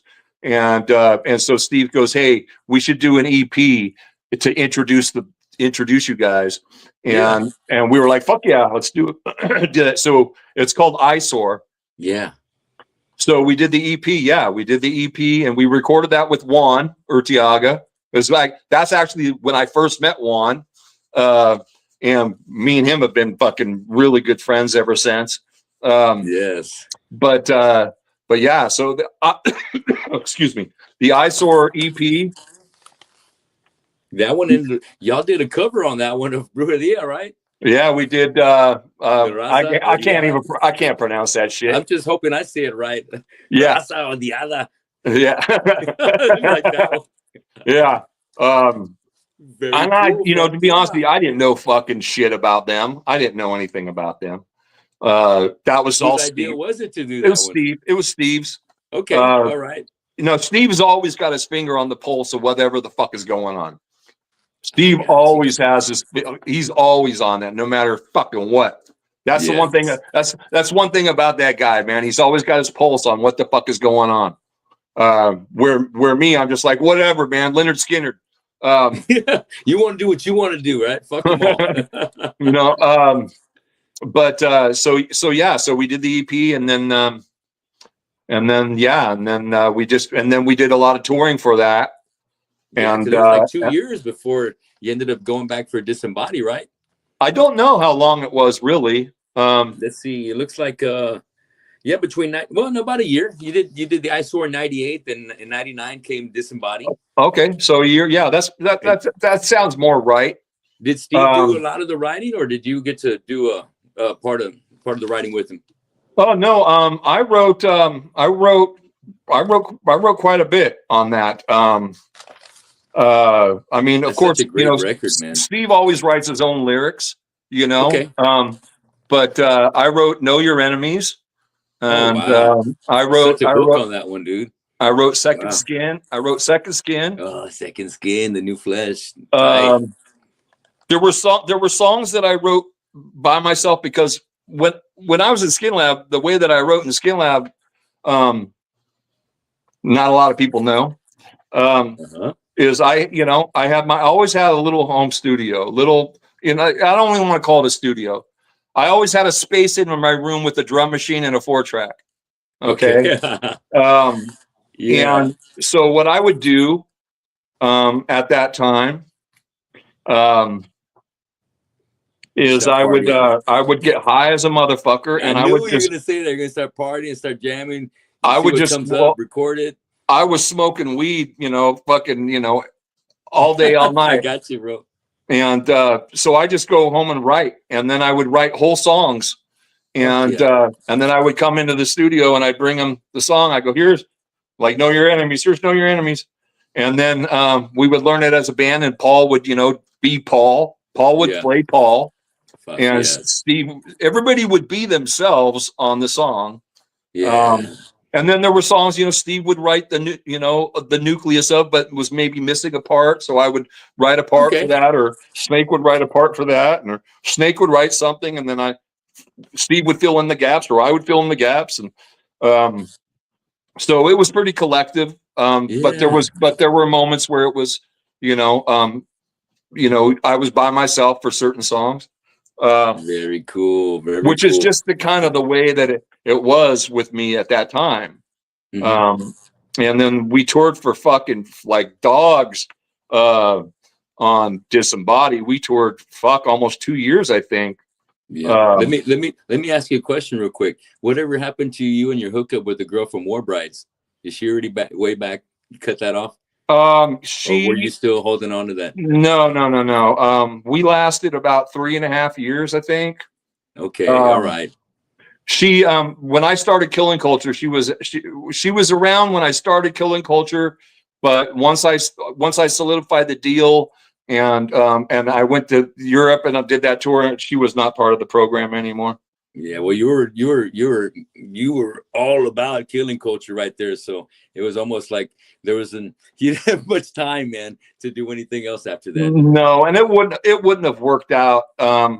It wouldn't have worked out that way. And and to be honest with you, dude, after her, I mean, I didn't have a girlfriend for dude. It was a lot. It was a lot of years the whole time. It was a lot of years, dude, that I didn't have a girlfriend. But I mean, I had lots of girlfriends. But but I didn't have a steady, and I didn't want one because we were touring. We were touring so extensively, and I would see how things would go for other guys with girlfriends and shit on the road, and they'd be like, "Fucking," they get in an argument, how fucking miserable the guy would be, and I was like, "Man, I don't want that," right. Yeah. And I go, and I can't. I'm just not that type of person, man. I can't. I don't want to live like that. So I just prefer just to be single and focus on my music and have fun with multiples.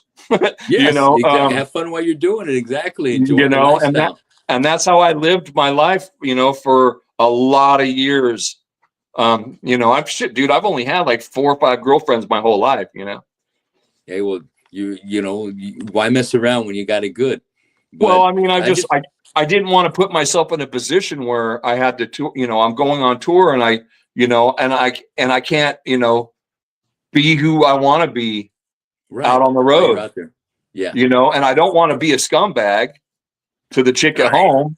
Yeah. So I was just like, hey, I can avoid all of that by just not having a girlfriend. Right. I mean, there might have been some chicks that I went out with for, a couple months, but I never considered them girlfriends. Girlfriends to me are the ones that move in with you or you move in with them. Those are girlfriends to me. Right. If I didn't live with you, you weren't a girlfriend. You know what I mean? Yes. I'm just curious, because on my end, I've never done any kind of touring on to your scale whatsoever at all. But I've been married going on 33 years. Wow. And if I didn't have my wife to support the different things I've always done, I wouldn't be able to wear a smile on my face right now. Right. But I could tell, man, you're just such an entrepreneur and you got so much drive and you're a lifer in this business that, I can understand how, when you're trying to keep yourself happy and keep yourself, your career rocking and rolling, it's an easier way to go, just staying single. Absolutely. Well, and it also helps being self-centered and selfish and a narcissist.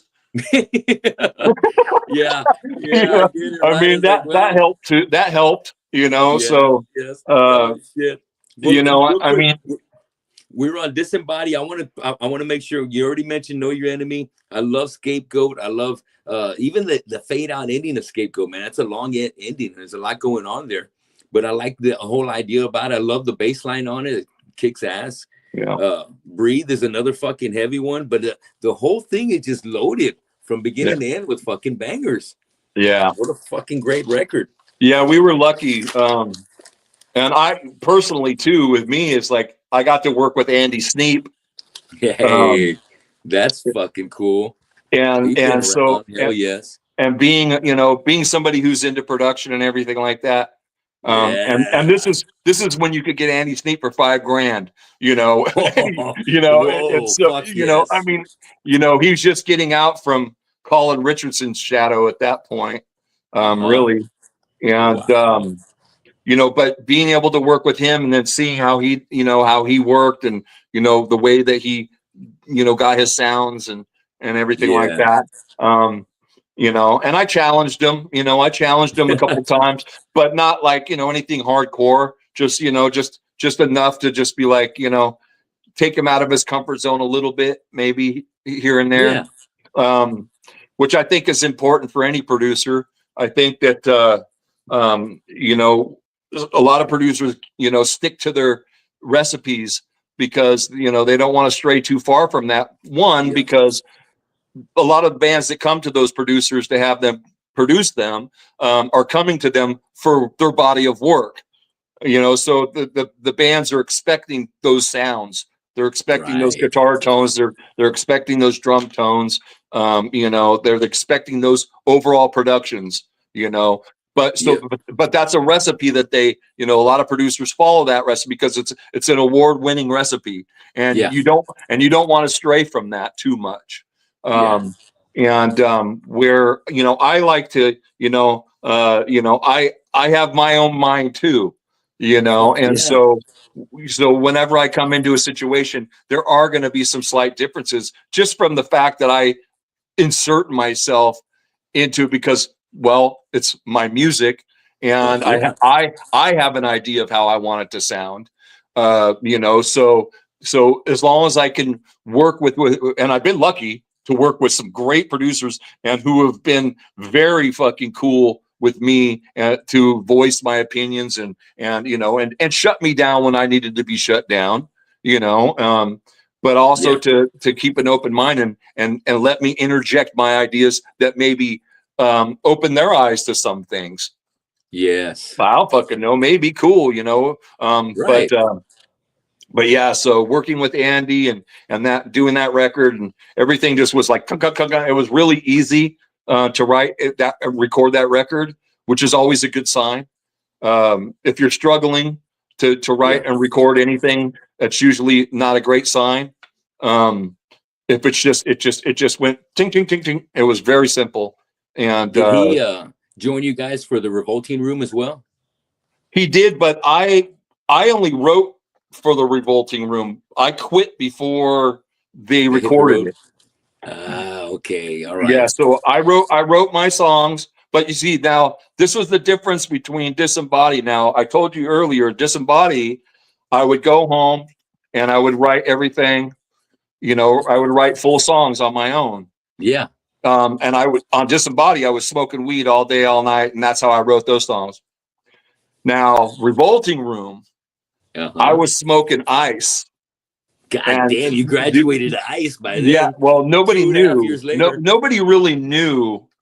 In fact, I told Steve that years later, and he didn't even know. And I was like, dude, I was up for like 2 or 3 days, God fucking damn, dude. like smoking ice and writing "Slave the Way" or Slave the writing, way, right? Slave the uh, ways. um, Right. like Fuck yeah. what was it? Oh, come and get it, come and Come get and it. get it. Yeah. Take as Yeah, needed, for instance, right? I don't, I didn't write that one, but I specifically remember writing "Slave the Way" and "Come and Get It" and "Anthem for a Falling Star," Anthem for Falling and Star too. and Okay. and I was fucking iced out of my fucking mind. You know, Damn, dog. yeah, I would just be up for like 2, 3 days at a time, just writing, Fuck. and then I would, you know, bring it to them, and then we went to Australia, and Fuck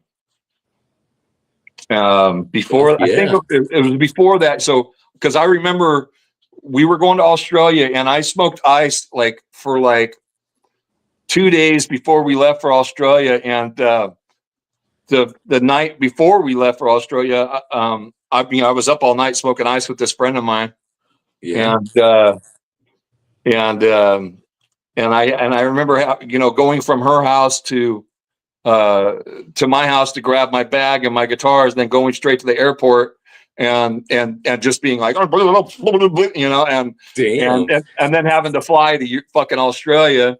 Yeah. For fucking 19 hours or whatever the fuck shit. it was. Damn it, dude. Dude, it was crazy. So that time of my life, you know, so, but we got back from Australia and all that. And then I was writing that stuff for Revolting Room. And then we were right down to like the last song or something. And I snapped, which, you know, I'm not going to get into specifics, but a lot of it had to do with, you know, I was just out of control with my drinking and my drug use. Yeah, man. And my fucking, you know, I was dealing. I have issues, dude. Okay, and I was self-medicating. Okay. And so there was a lot of times on tours for Disembody, and a lot of the time in Skinlab was really dark for me. Actually, it was. I don't know if it was coping with the disappointment from killing culture, and the GAC and the killing culture, failed relationships with the War Bride chick. Yeah. You know, and so I was just drinking like copious amounts and ridiculous and doing harm to myself. Yeah.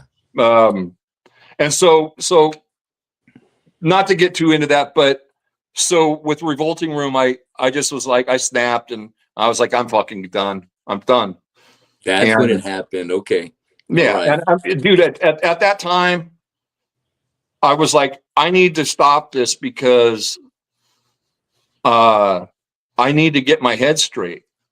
And it wouldn't matter. And I'm not going to say I did get an offer to play with a fairly notable band. I'm not going to mention who they were, but I turned it down because it wouldn't have mattered if it was Metallica at that time. You were in a bad place, man. You would have just kept going down the hole. I would have said no at that time because I just wasn't there, man. And so that's when I took some time off from music. Right. I didn't do anything after that. I didn't do anything until I started up with MOD. With Billy, yeah. So you needed to chill out for a while. Yeah, I did. I probably when I started MOD was 2002. Okay. I think I started in MOD in 2002. And so from maybe a year and a half, 2 years maybe that I didn't do anything. Yeah. Okay.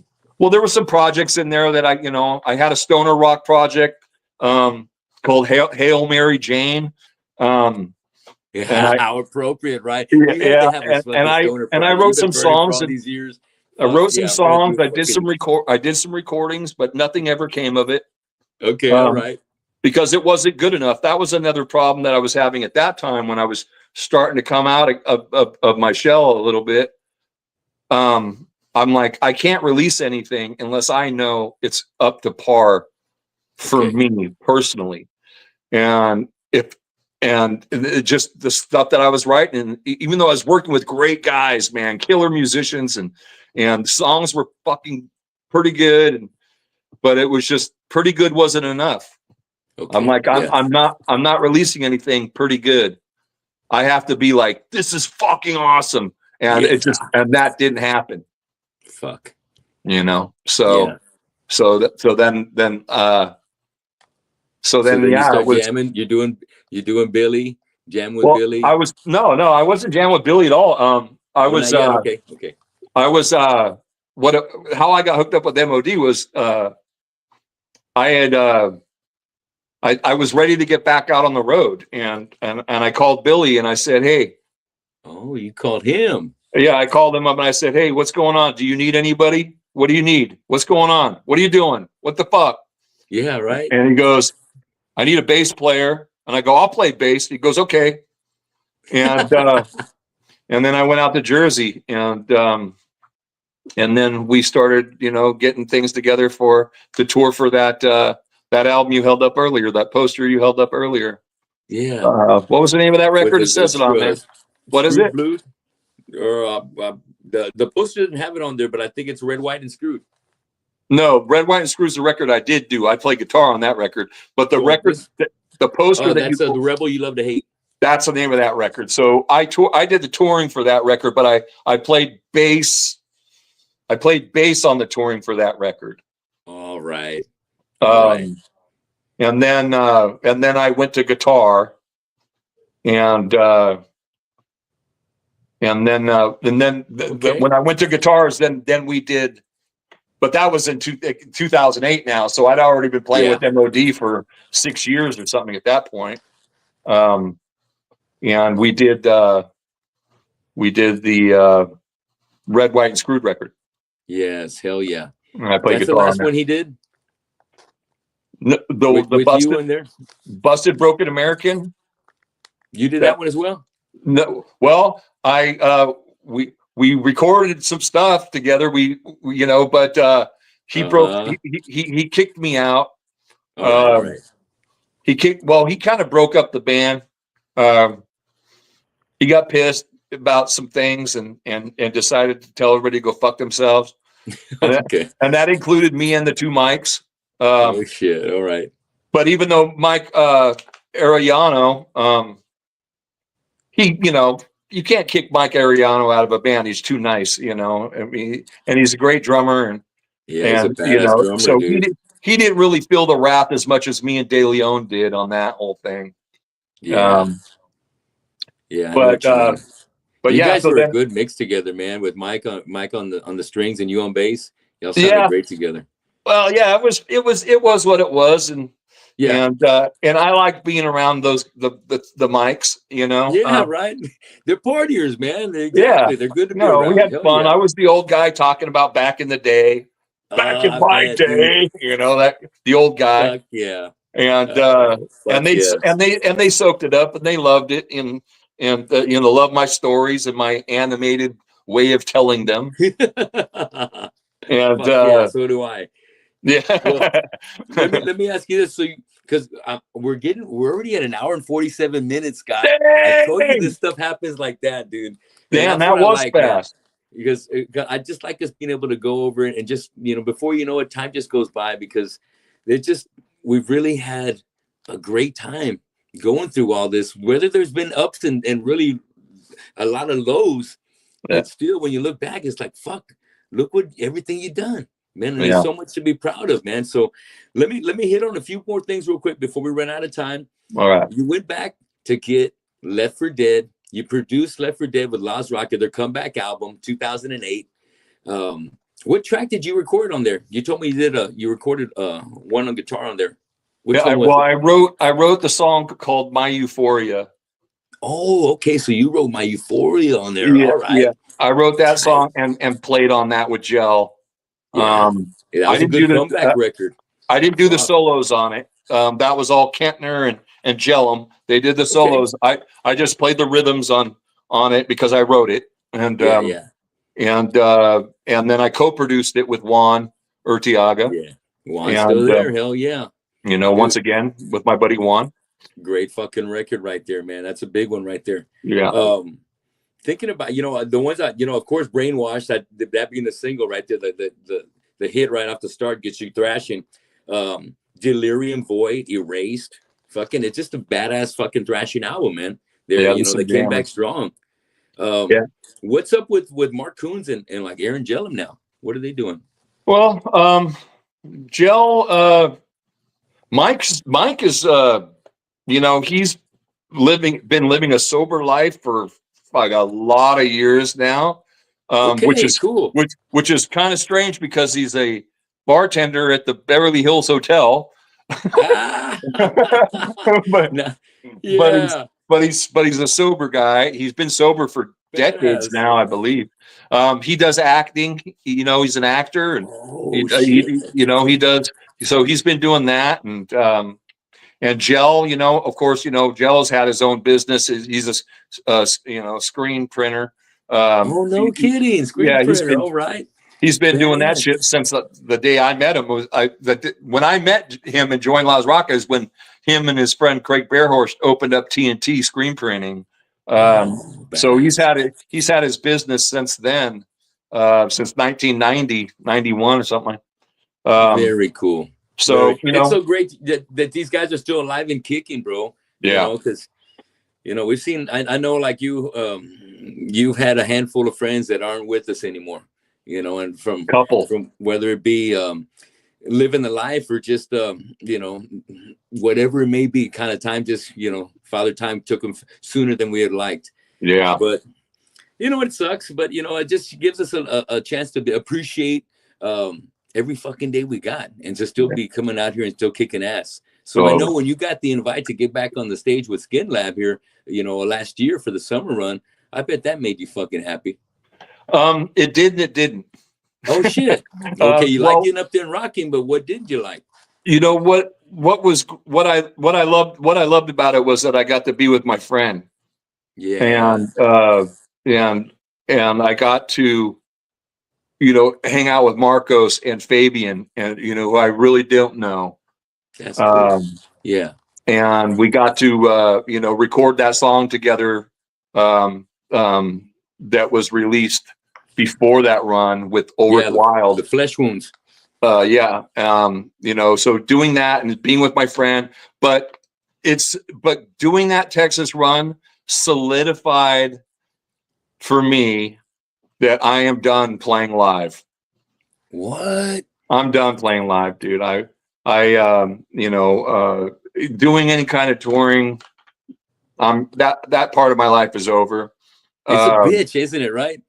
It's just, I'm fucking beat up, man. And, you know, and I've got some physical issues that aren't easy to deal with when you're on the road, especially low level touring. It's hard. And so, you know, I said, you know, me and Steve talked at the end of that run, and, you know, and I said, I just can't, I can't do it, you know, and, shit. Okay. And he totally understands. That doesn't mean that I'm not going to still, you know, be involved with Skinlab, on writing, some stuff for the new record. Cool. You know, we just talked about that the other day. So there will still be an involvement.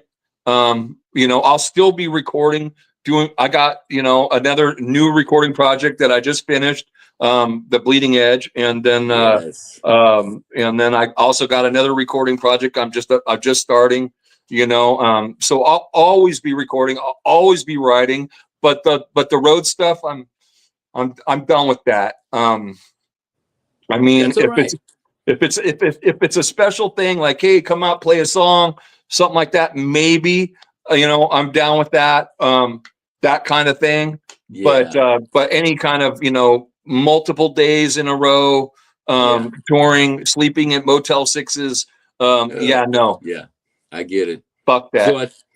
So that's cool. We know where you stand with Skinlab. It's great that you're still going to be a part of the writing process as the band keeps moving forward. Yeah. That's great because you and Steve and the guys just have a great chemistry between y'all. Yes, sir. But now let's talk about this Bleeding Edge. Tell me more about Bleeding Edge and what's coming up. We got Frostbite getting ready to hit January 31st. Yeah. I'm really excited about that, man, because I love Bay Area thrash metal and I love death metal. So when you get some thrash death metal coming together, with you guys being behind it all, I'm excited to hear what's going to come like. So tell me a little bit about that. Well, so the whole thing is Carl's brainchild. You know, Carl, he called me up and he said, hey, and this is, you know, a guy who hasn't done anything in 30 years, you know. Yep. And but he's also, you know, he's one of my best friends. We've always, you know, we never lost contact with each other. And he called me up. He says, hey, I want to write and record an EP. And I said, okay. I mean, I didn't bat an eye. I go, how are we going to do this?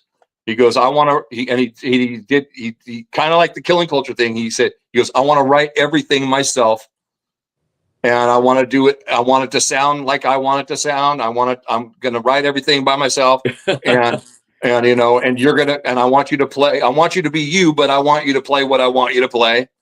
Yeah. And I was kind of interested in that more so because this is the guy that doesn't know how to play an instrument. Oh shit! What? Oh, okay. So I'm like, going, how the fuck are you going to write a record? Now, this is what's so awesome about this is that the backstory about Bleeding Edge is what's so fucking cool about it. Oh, yes. Carl wrote, it's a 4-song EP. He wrote all the songs from what was in his head, and then he did it on a MIDI controller. What? And he wrote everything on a MIDI controller with a drum program. Yeah. And then he would send me those things, and I'd hear this,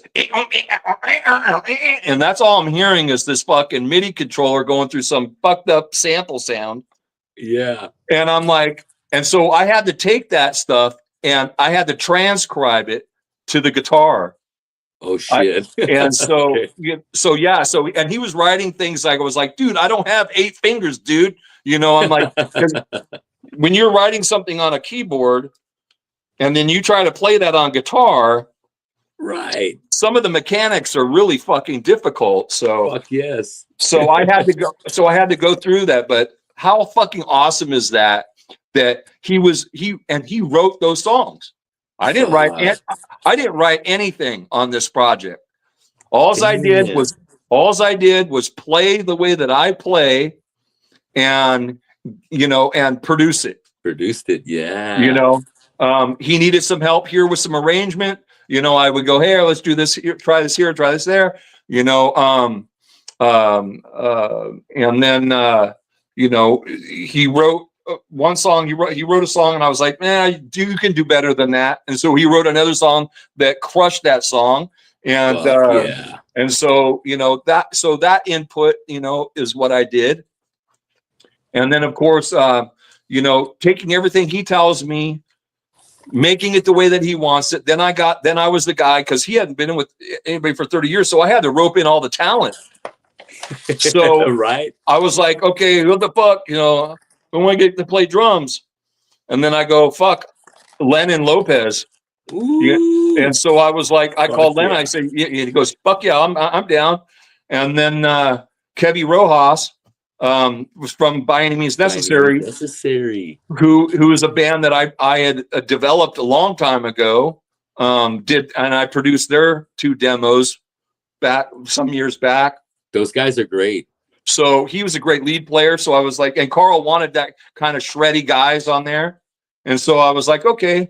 So got Kevy, you know, and then I got Juan to, you know, to mix it. Yes. You know, so I kind of, you know, produced it, ringleadered it, you know, did all that kind of stuff for it. But ultimately, at the end of the day,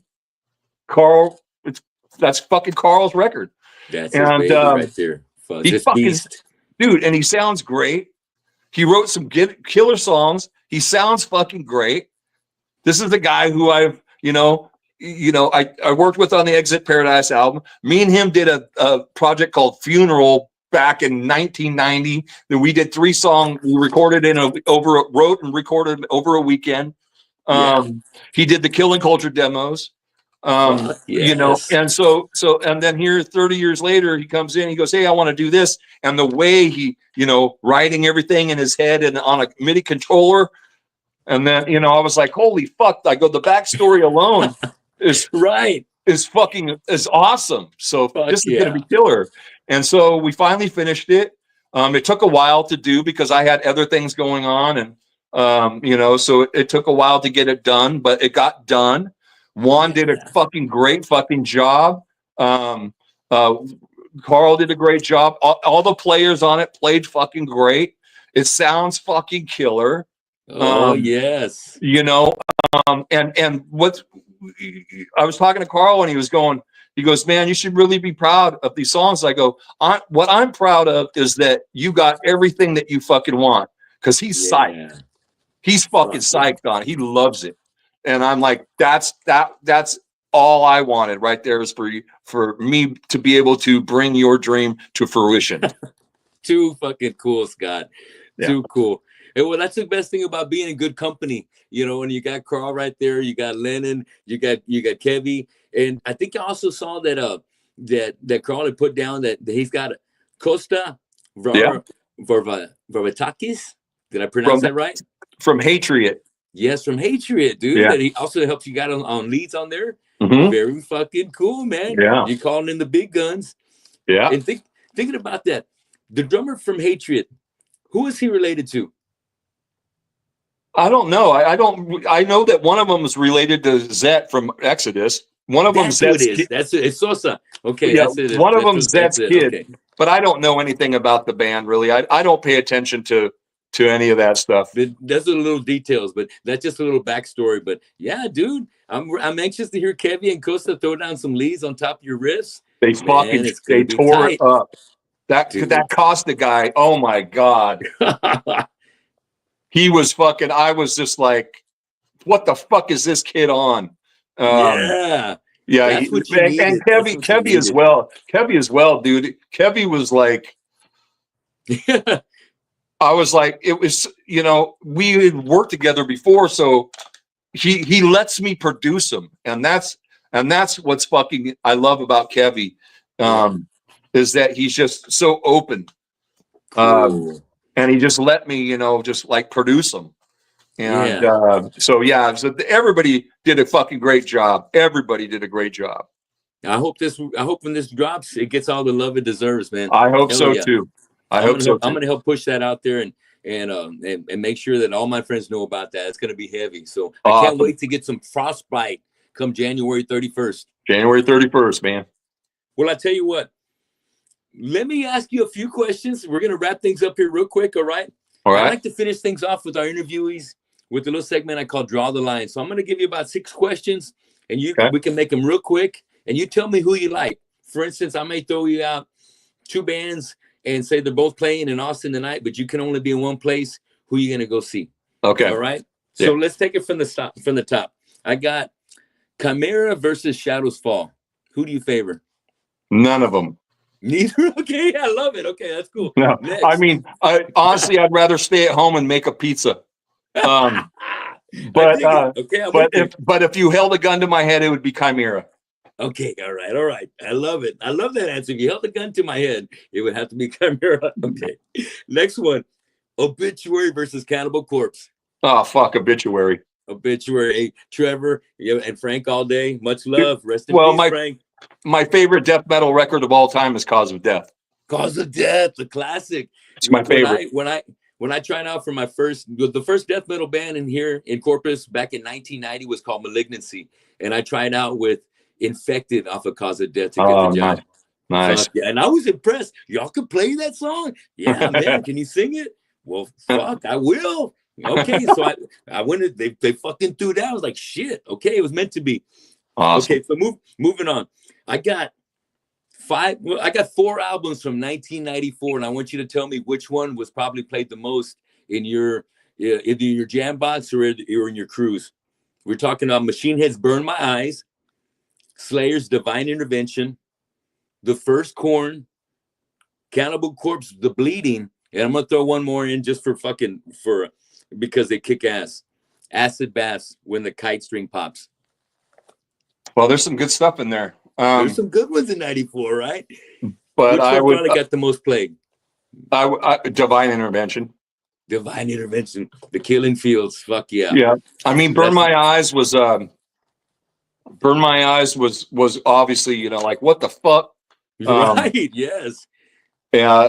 But you know, I'm diehard Slayer. Always have been. And I do remember specifically that I played that record more. Yeah. You know, yeah. That's what I like to hear. All right. Slayer and Tool are my favorite bands, but Tool just because I just like the freaky part of it, the mystique and all that kind of shit. Because no other band really does that nowadays. Right. But Slayer all fucking day, all day. Yeah. Okay, 3 more real quick. Sepultura. Nah, man, I already know the answer. Sepultura versus Slayer. Slayer. But I'll tell you, man, fucking Beneath the Remains, dude. Dude. Holy shit, Igor. What the fuck? I saw them on that tour, and oh my God, talk about fucking Was that out with of left. Obituary and Devastation? What's that? Was that with Obituary and Devastation I on that can't tour? even fucking remember who the Cause fuck of played, Death? because I just remember going, because they came out of left field for me. I don't know what the fuck, but I never heard of Morbid Visions or any of that. Me neither, until Beneath the Remains came out. Beneath the Remains came out, and all of a sudden it was just like bam, and I was like, what the fuck is this? Right. And I've seen them at the Omni in Oakland and on that tour, and I was like, what the fuck is going on? Oh yeah. So anyway, that's a tough one, but yeah, Slayer. Okay, cool. Next one, Exodus versus Death Angel. Oh fuck, Death Angel for me. All right, Death Carol, Angel, right? Death Angel Fuck for yeah. me. I mean, I'm probably biased on that because I really love a couple guys, or I love those guys a lot more. Me and Dennis Peppa have history. Cool. You know, he was in one of those quick teeny weeny projects I had called Dirt Road Chili, just for shit.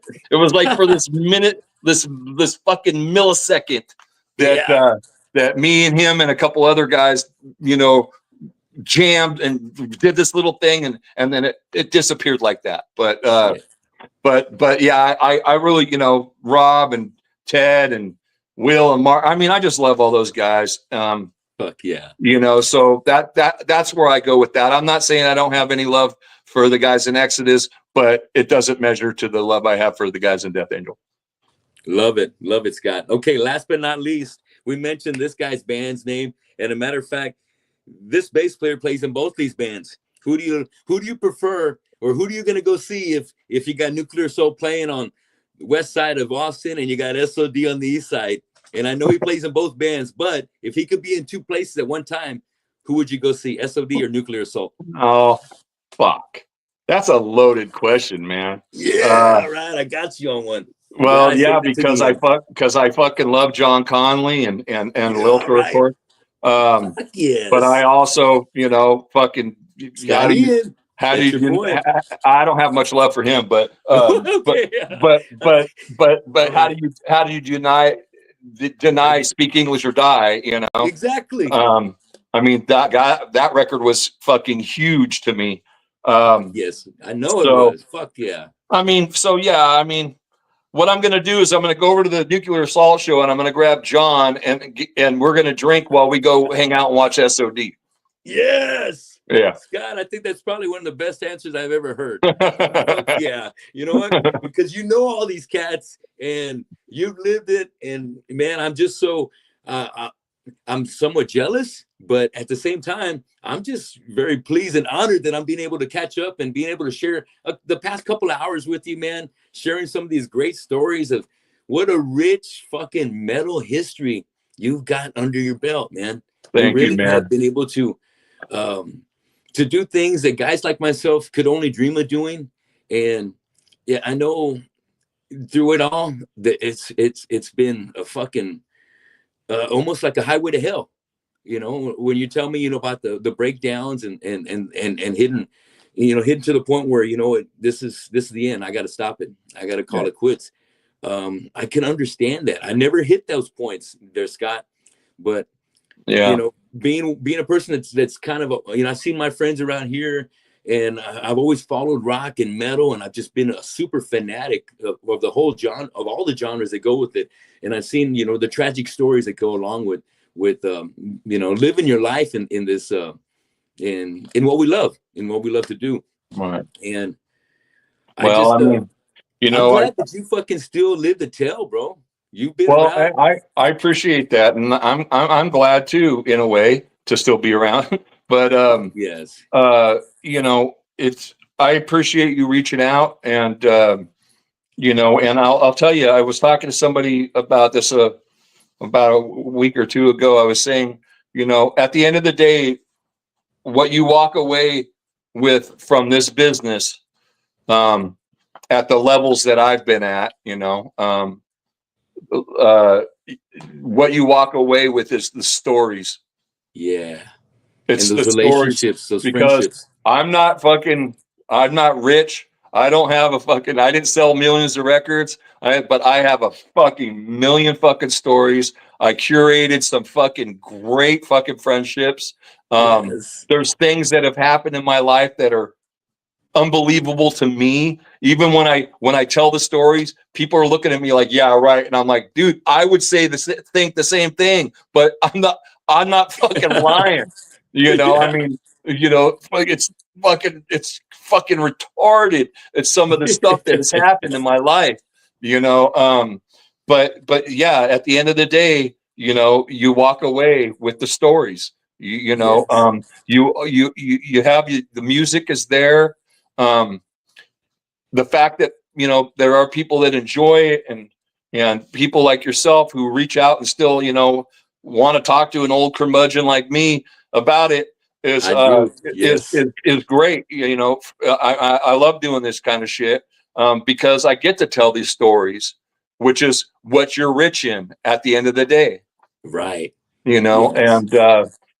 and yeah, man, you know, this 2 hours went by quick as fuck because I'm like, dude, I could do another 2 hours, no problem. But I know, right? you know, Oh, I because love it. because whenever I'm telling those stories, it's putting me back in that time, and that Yeah, makes man. me feel good. Good. Even maybe not so much the darker times, but the really fucking cool fucking, you know, Yes. debaucherous fucking stories, you know, I fucking love those, you know.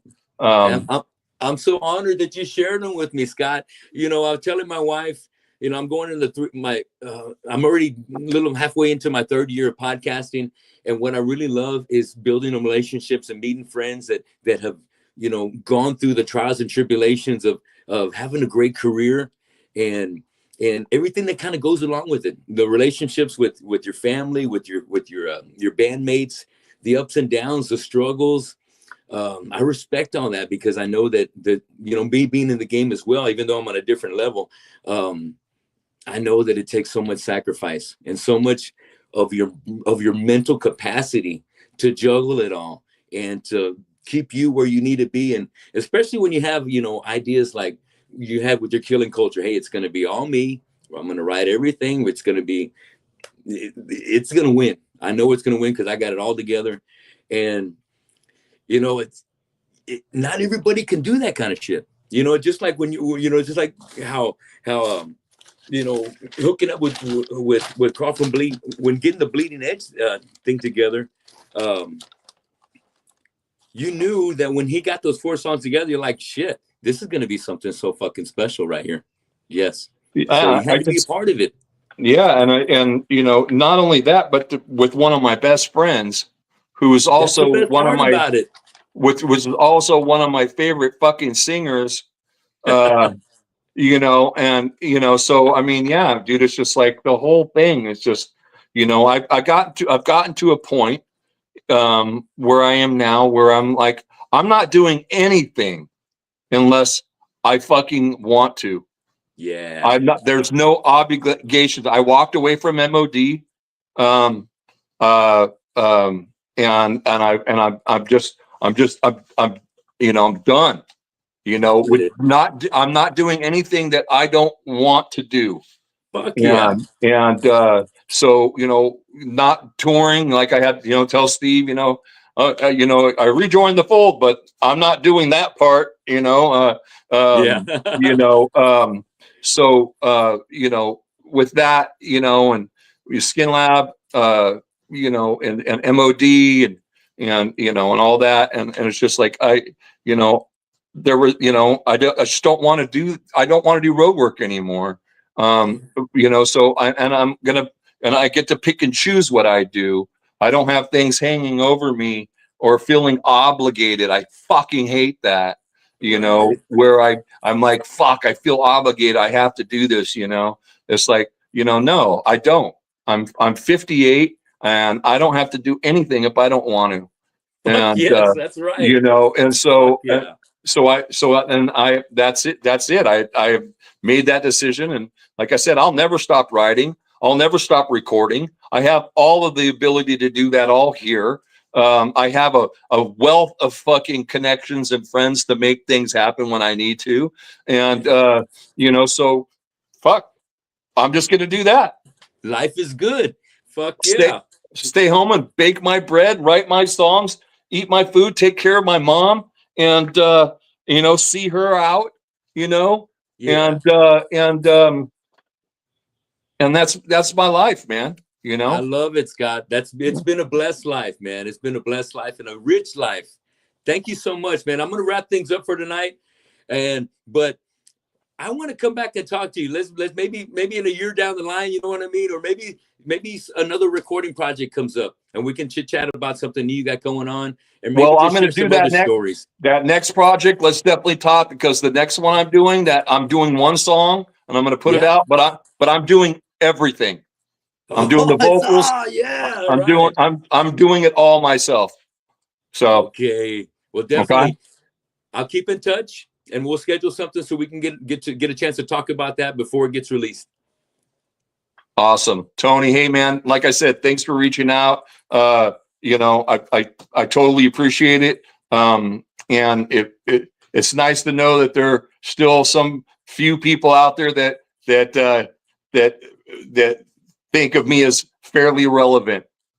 You are, brother. You are, brother. And I respect everything you've done in the past. And I'm anxious to see what Bleeding Edge is going to be given to the metal community, and what your next project is going to be, and what lies in the future for you. Because like you Awesome. said, you got everything at your disposal right there. You can keep writing. You're a writing machine. Yeah, And that's what I do. it just, there ain't nothing wrong with leaving the stage where it's at, because you still get to do what you want to do. And like we were talking about earlier, you like the stage, but you love the writing process. You like all of that putting together. And that is, most of us, like myself, don't really have the knack for knowing what's going to sound right when you're twisting knobs and mixing and engineering. So having a producer like yourself that's in the game right there in Austin, I know there's going to be some other bands that are going to be able to gain from your knowledge, your expertise, if they're able to get under your wing and you like them enough to work with them. Yeah, I'm Yeah. always open to you know, hear anything, and you know, and if I can help, and if I think that I can actually do something that's going to benefit that band, then I will offer it. So. Awesome, Scott. Awesome. Nothing but great things I've been hearing all night, man. I just got so much respect for you. Thank you. Like I said, let's hook up again. We'll do a part 2. We'll talk about the new project. But in the meantime, I just want to let anybody that's been watching the show tonight, Jeff, thank you for tuning in tonight. Jeff from Numb to the Blow. And man, Jeff's been in all kinds of bands around here. He's a big fan of yours. My wife, Lori, thanks for tuning in. Hell yeah. And yeah, Jeff saying, hey, what's up, Scott? What's up? Rob, Pierre Garza, thanks for tuning in tonight, guys. But especially anybody that's going to be watching this later on, make sure you go to Bleeding Edge on their Facebook. Look up that new Bleeding Edge track. It's going to come up January 31st, called Frostbite. The new album's called The Devil's Door. It's going to be fucking awesome. You got Carl from Epidemic. You got guys from By Any Means Necessary. You got Hatred throwing down leads. You got Scott taking care of guitar and bass. You got Lennon from Insight. It's going to be a fucking great band. So, guys, get ready for some Bleeding Edge. And when you're not listening to Bleeding Edge, bring up some of that old school Laaz Rockit, all right? Listen to that live shit right there, Taste of Rebellion, and bring up that Nothing Sacred. Bring in that fucking Disembody. Man, love all this stuff that Scott's been able to share. And look up that Killing Culture. Look it up on YouTube. Enjoy that whole album. It's a fucking banger. And like I said, guys, thanks a lot for watching the show tonight. Scott, it's been an honor. I can't wait to talk to you again, brother. Me too, my friend. Thank you very much. Watch out with the freeze that's going on here in Texas. All right. And stay safe. And I'll be in touch. God bless you. And we'll see you next time on the show. All right.